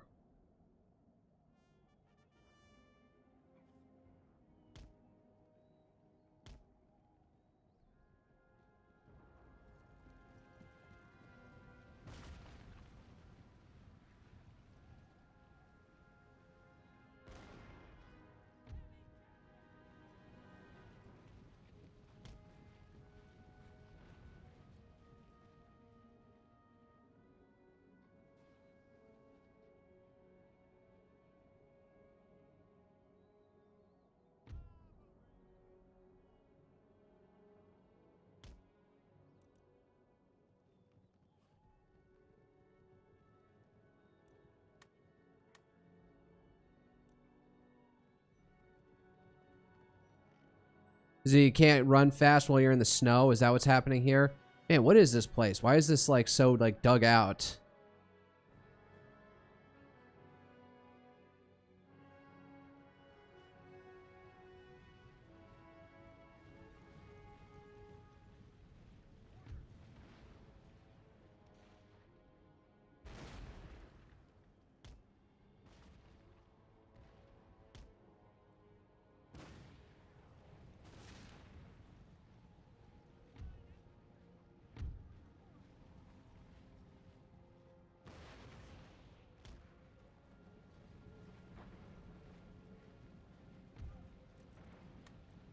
Just get up in a position and start shooting these cannon guys out before it becomes a problem.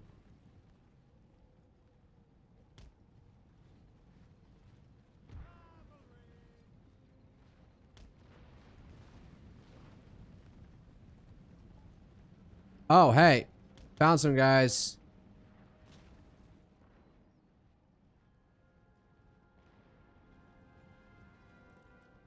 Run and get the fuck out of there.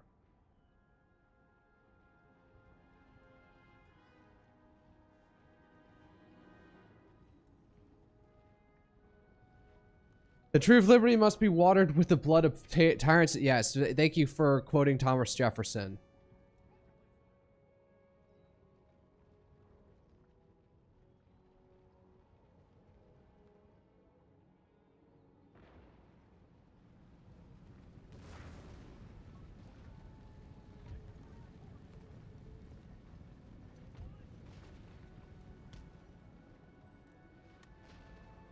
All right, reform the line and get.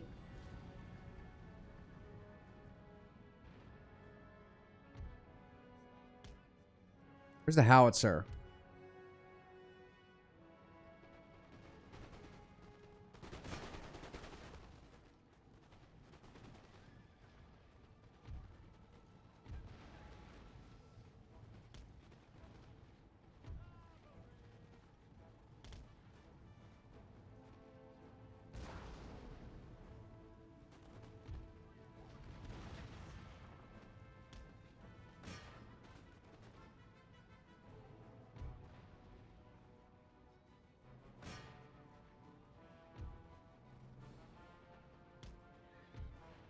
Get over here, dumbasses.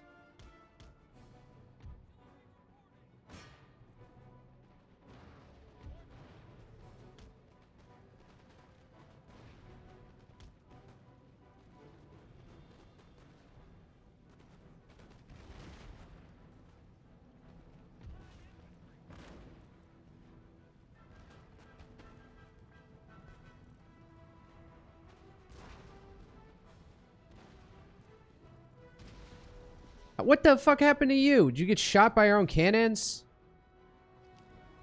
Oh, the enemy general's dead at least.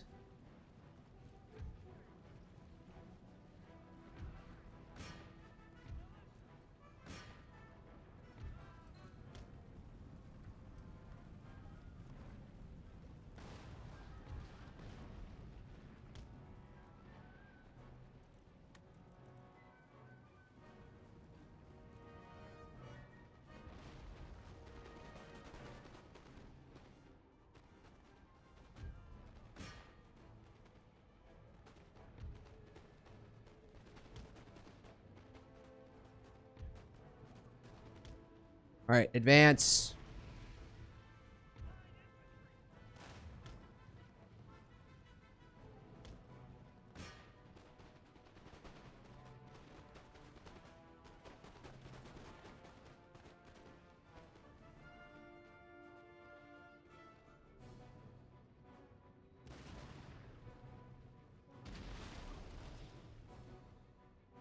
All right, hold up. All right, you run these guys down. You run these guys down.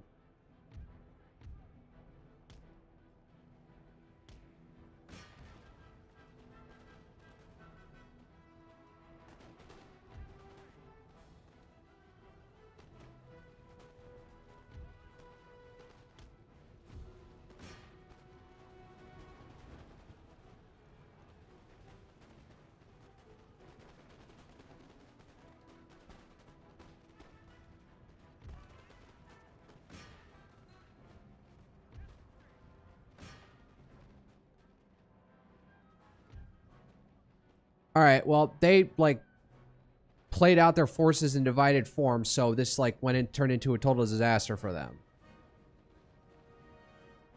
I thought there was going to be a little bit more of a close thing, but this was them being retards above all else. All right, George, go charging in like a hero, because they're all freaking routing at this point.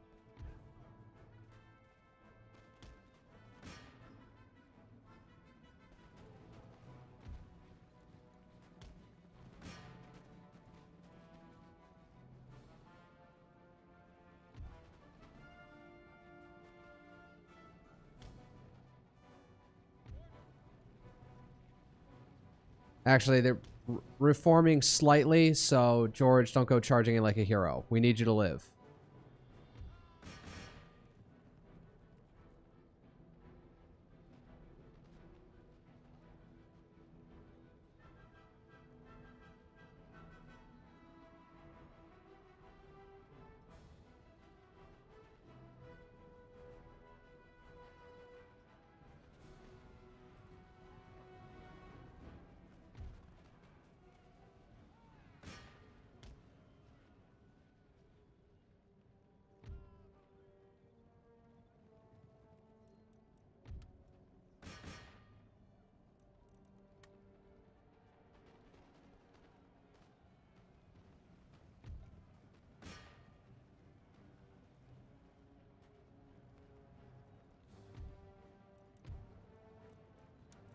Continue to see how many I can run down.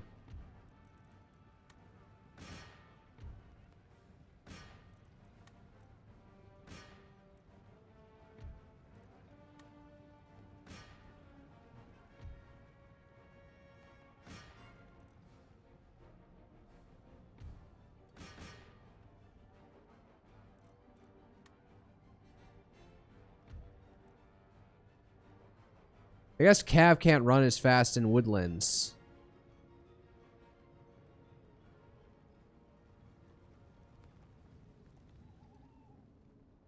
And you're still just manhandling these guys out here.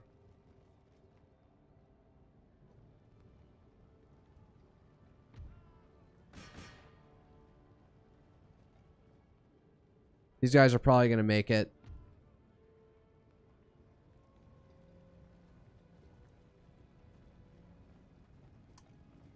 Yep, they're... Oh, they're tired, so I guess they're going a little bit slowly.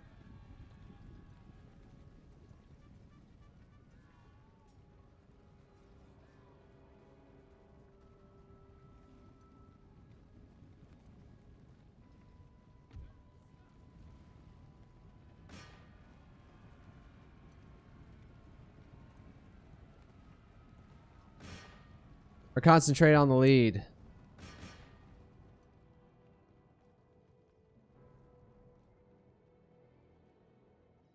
One guy.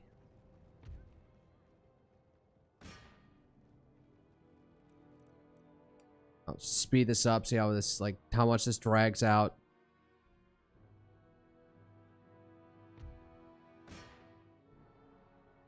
Are there cannons still firing out here?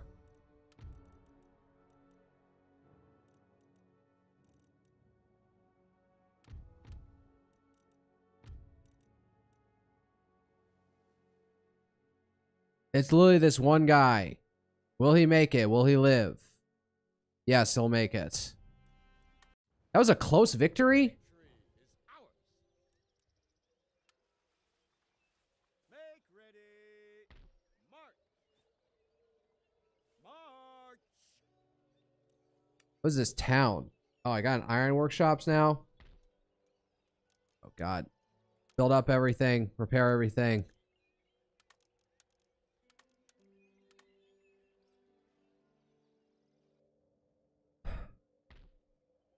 I don't know. Could he cross the Appalachians here and come and take Philadelphia against us?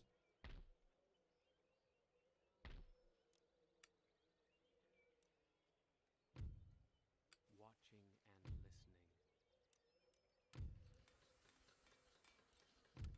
listening. What? I just get a military technology out of nowhere?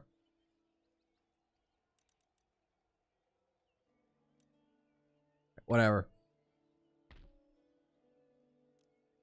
Military syllabus. Oh, that's right. I get an admiralty now here. What? This would be Delaware. Or no, where is an admiralty? Oh, so the admiralty building is out here. Cottage. All right, I'm going to save it there for the night. I got to do some other business for the evening.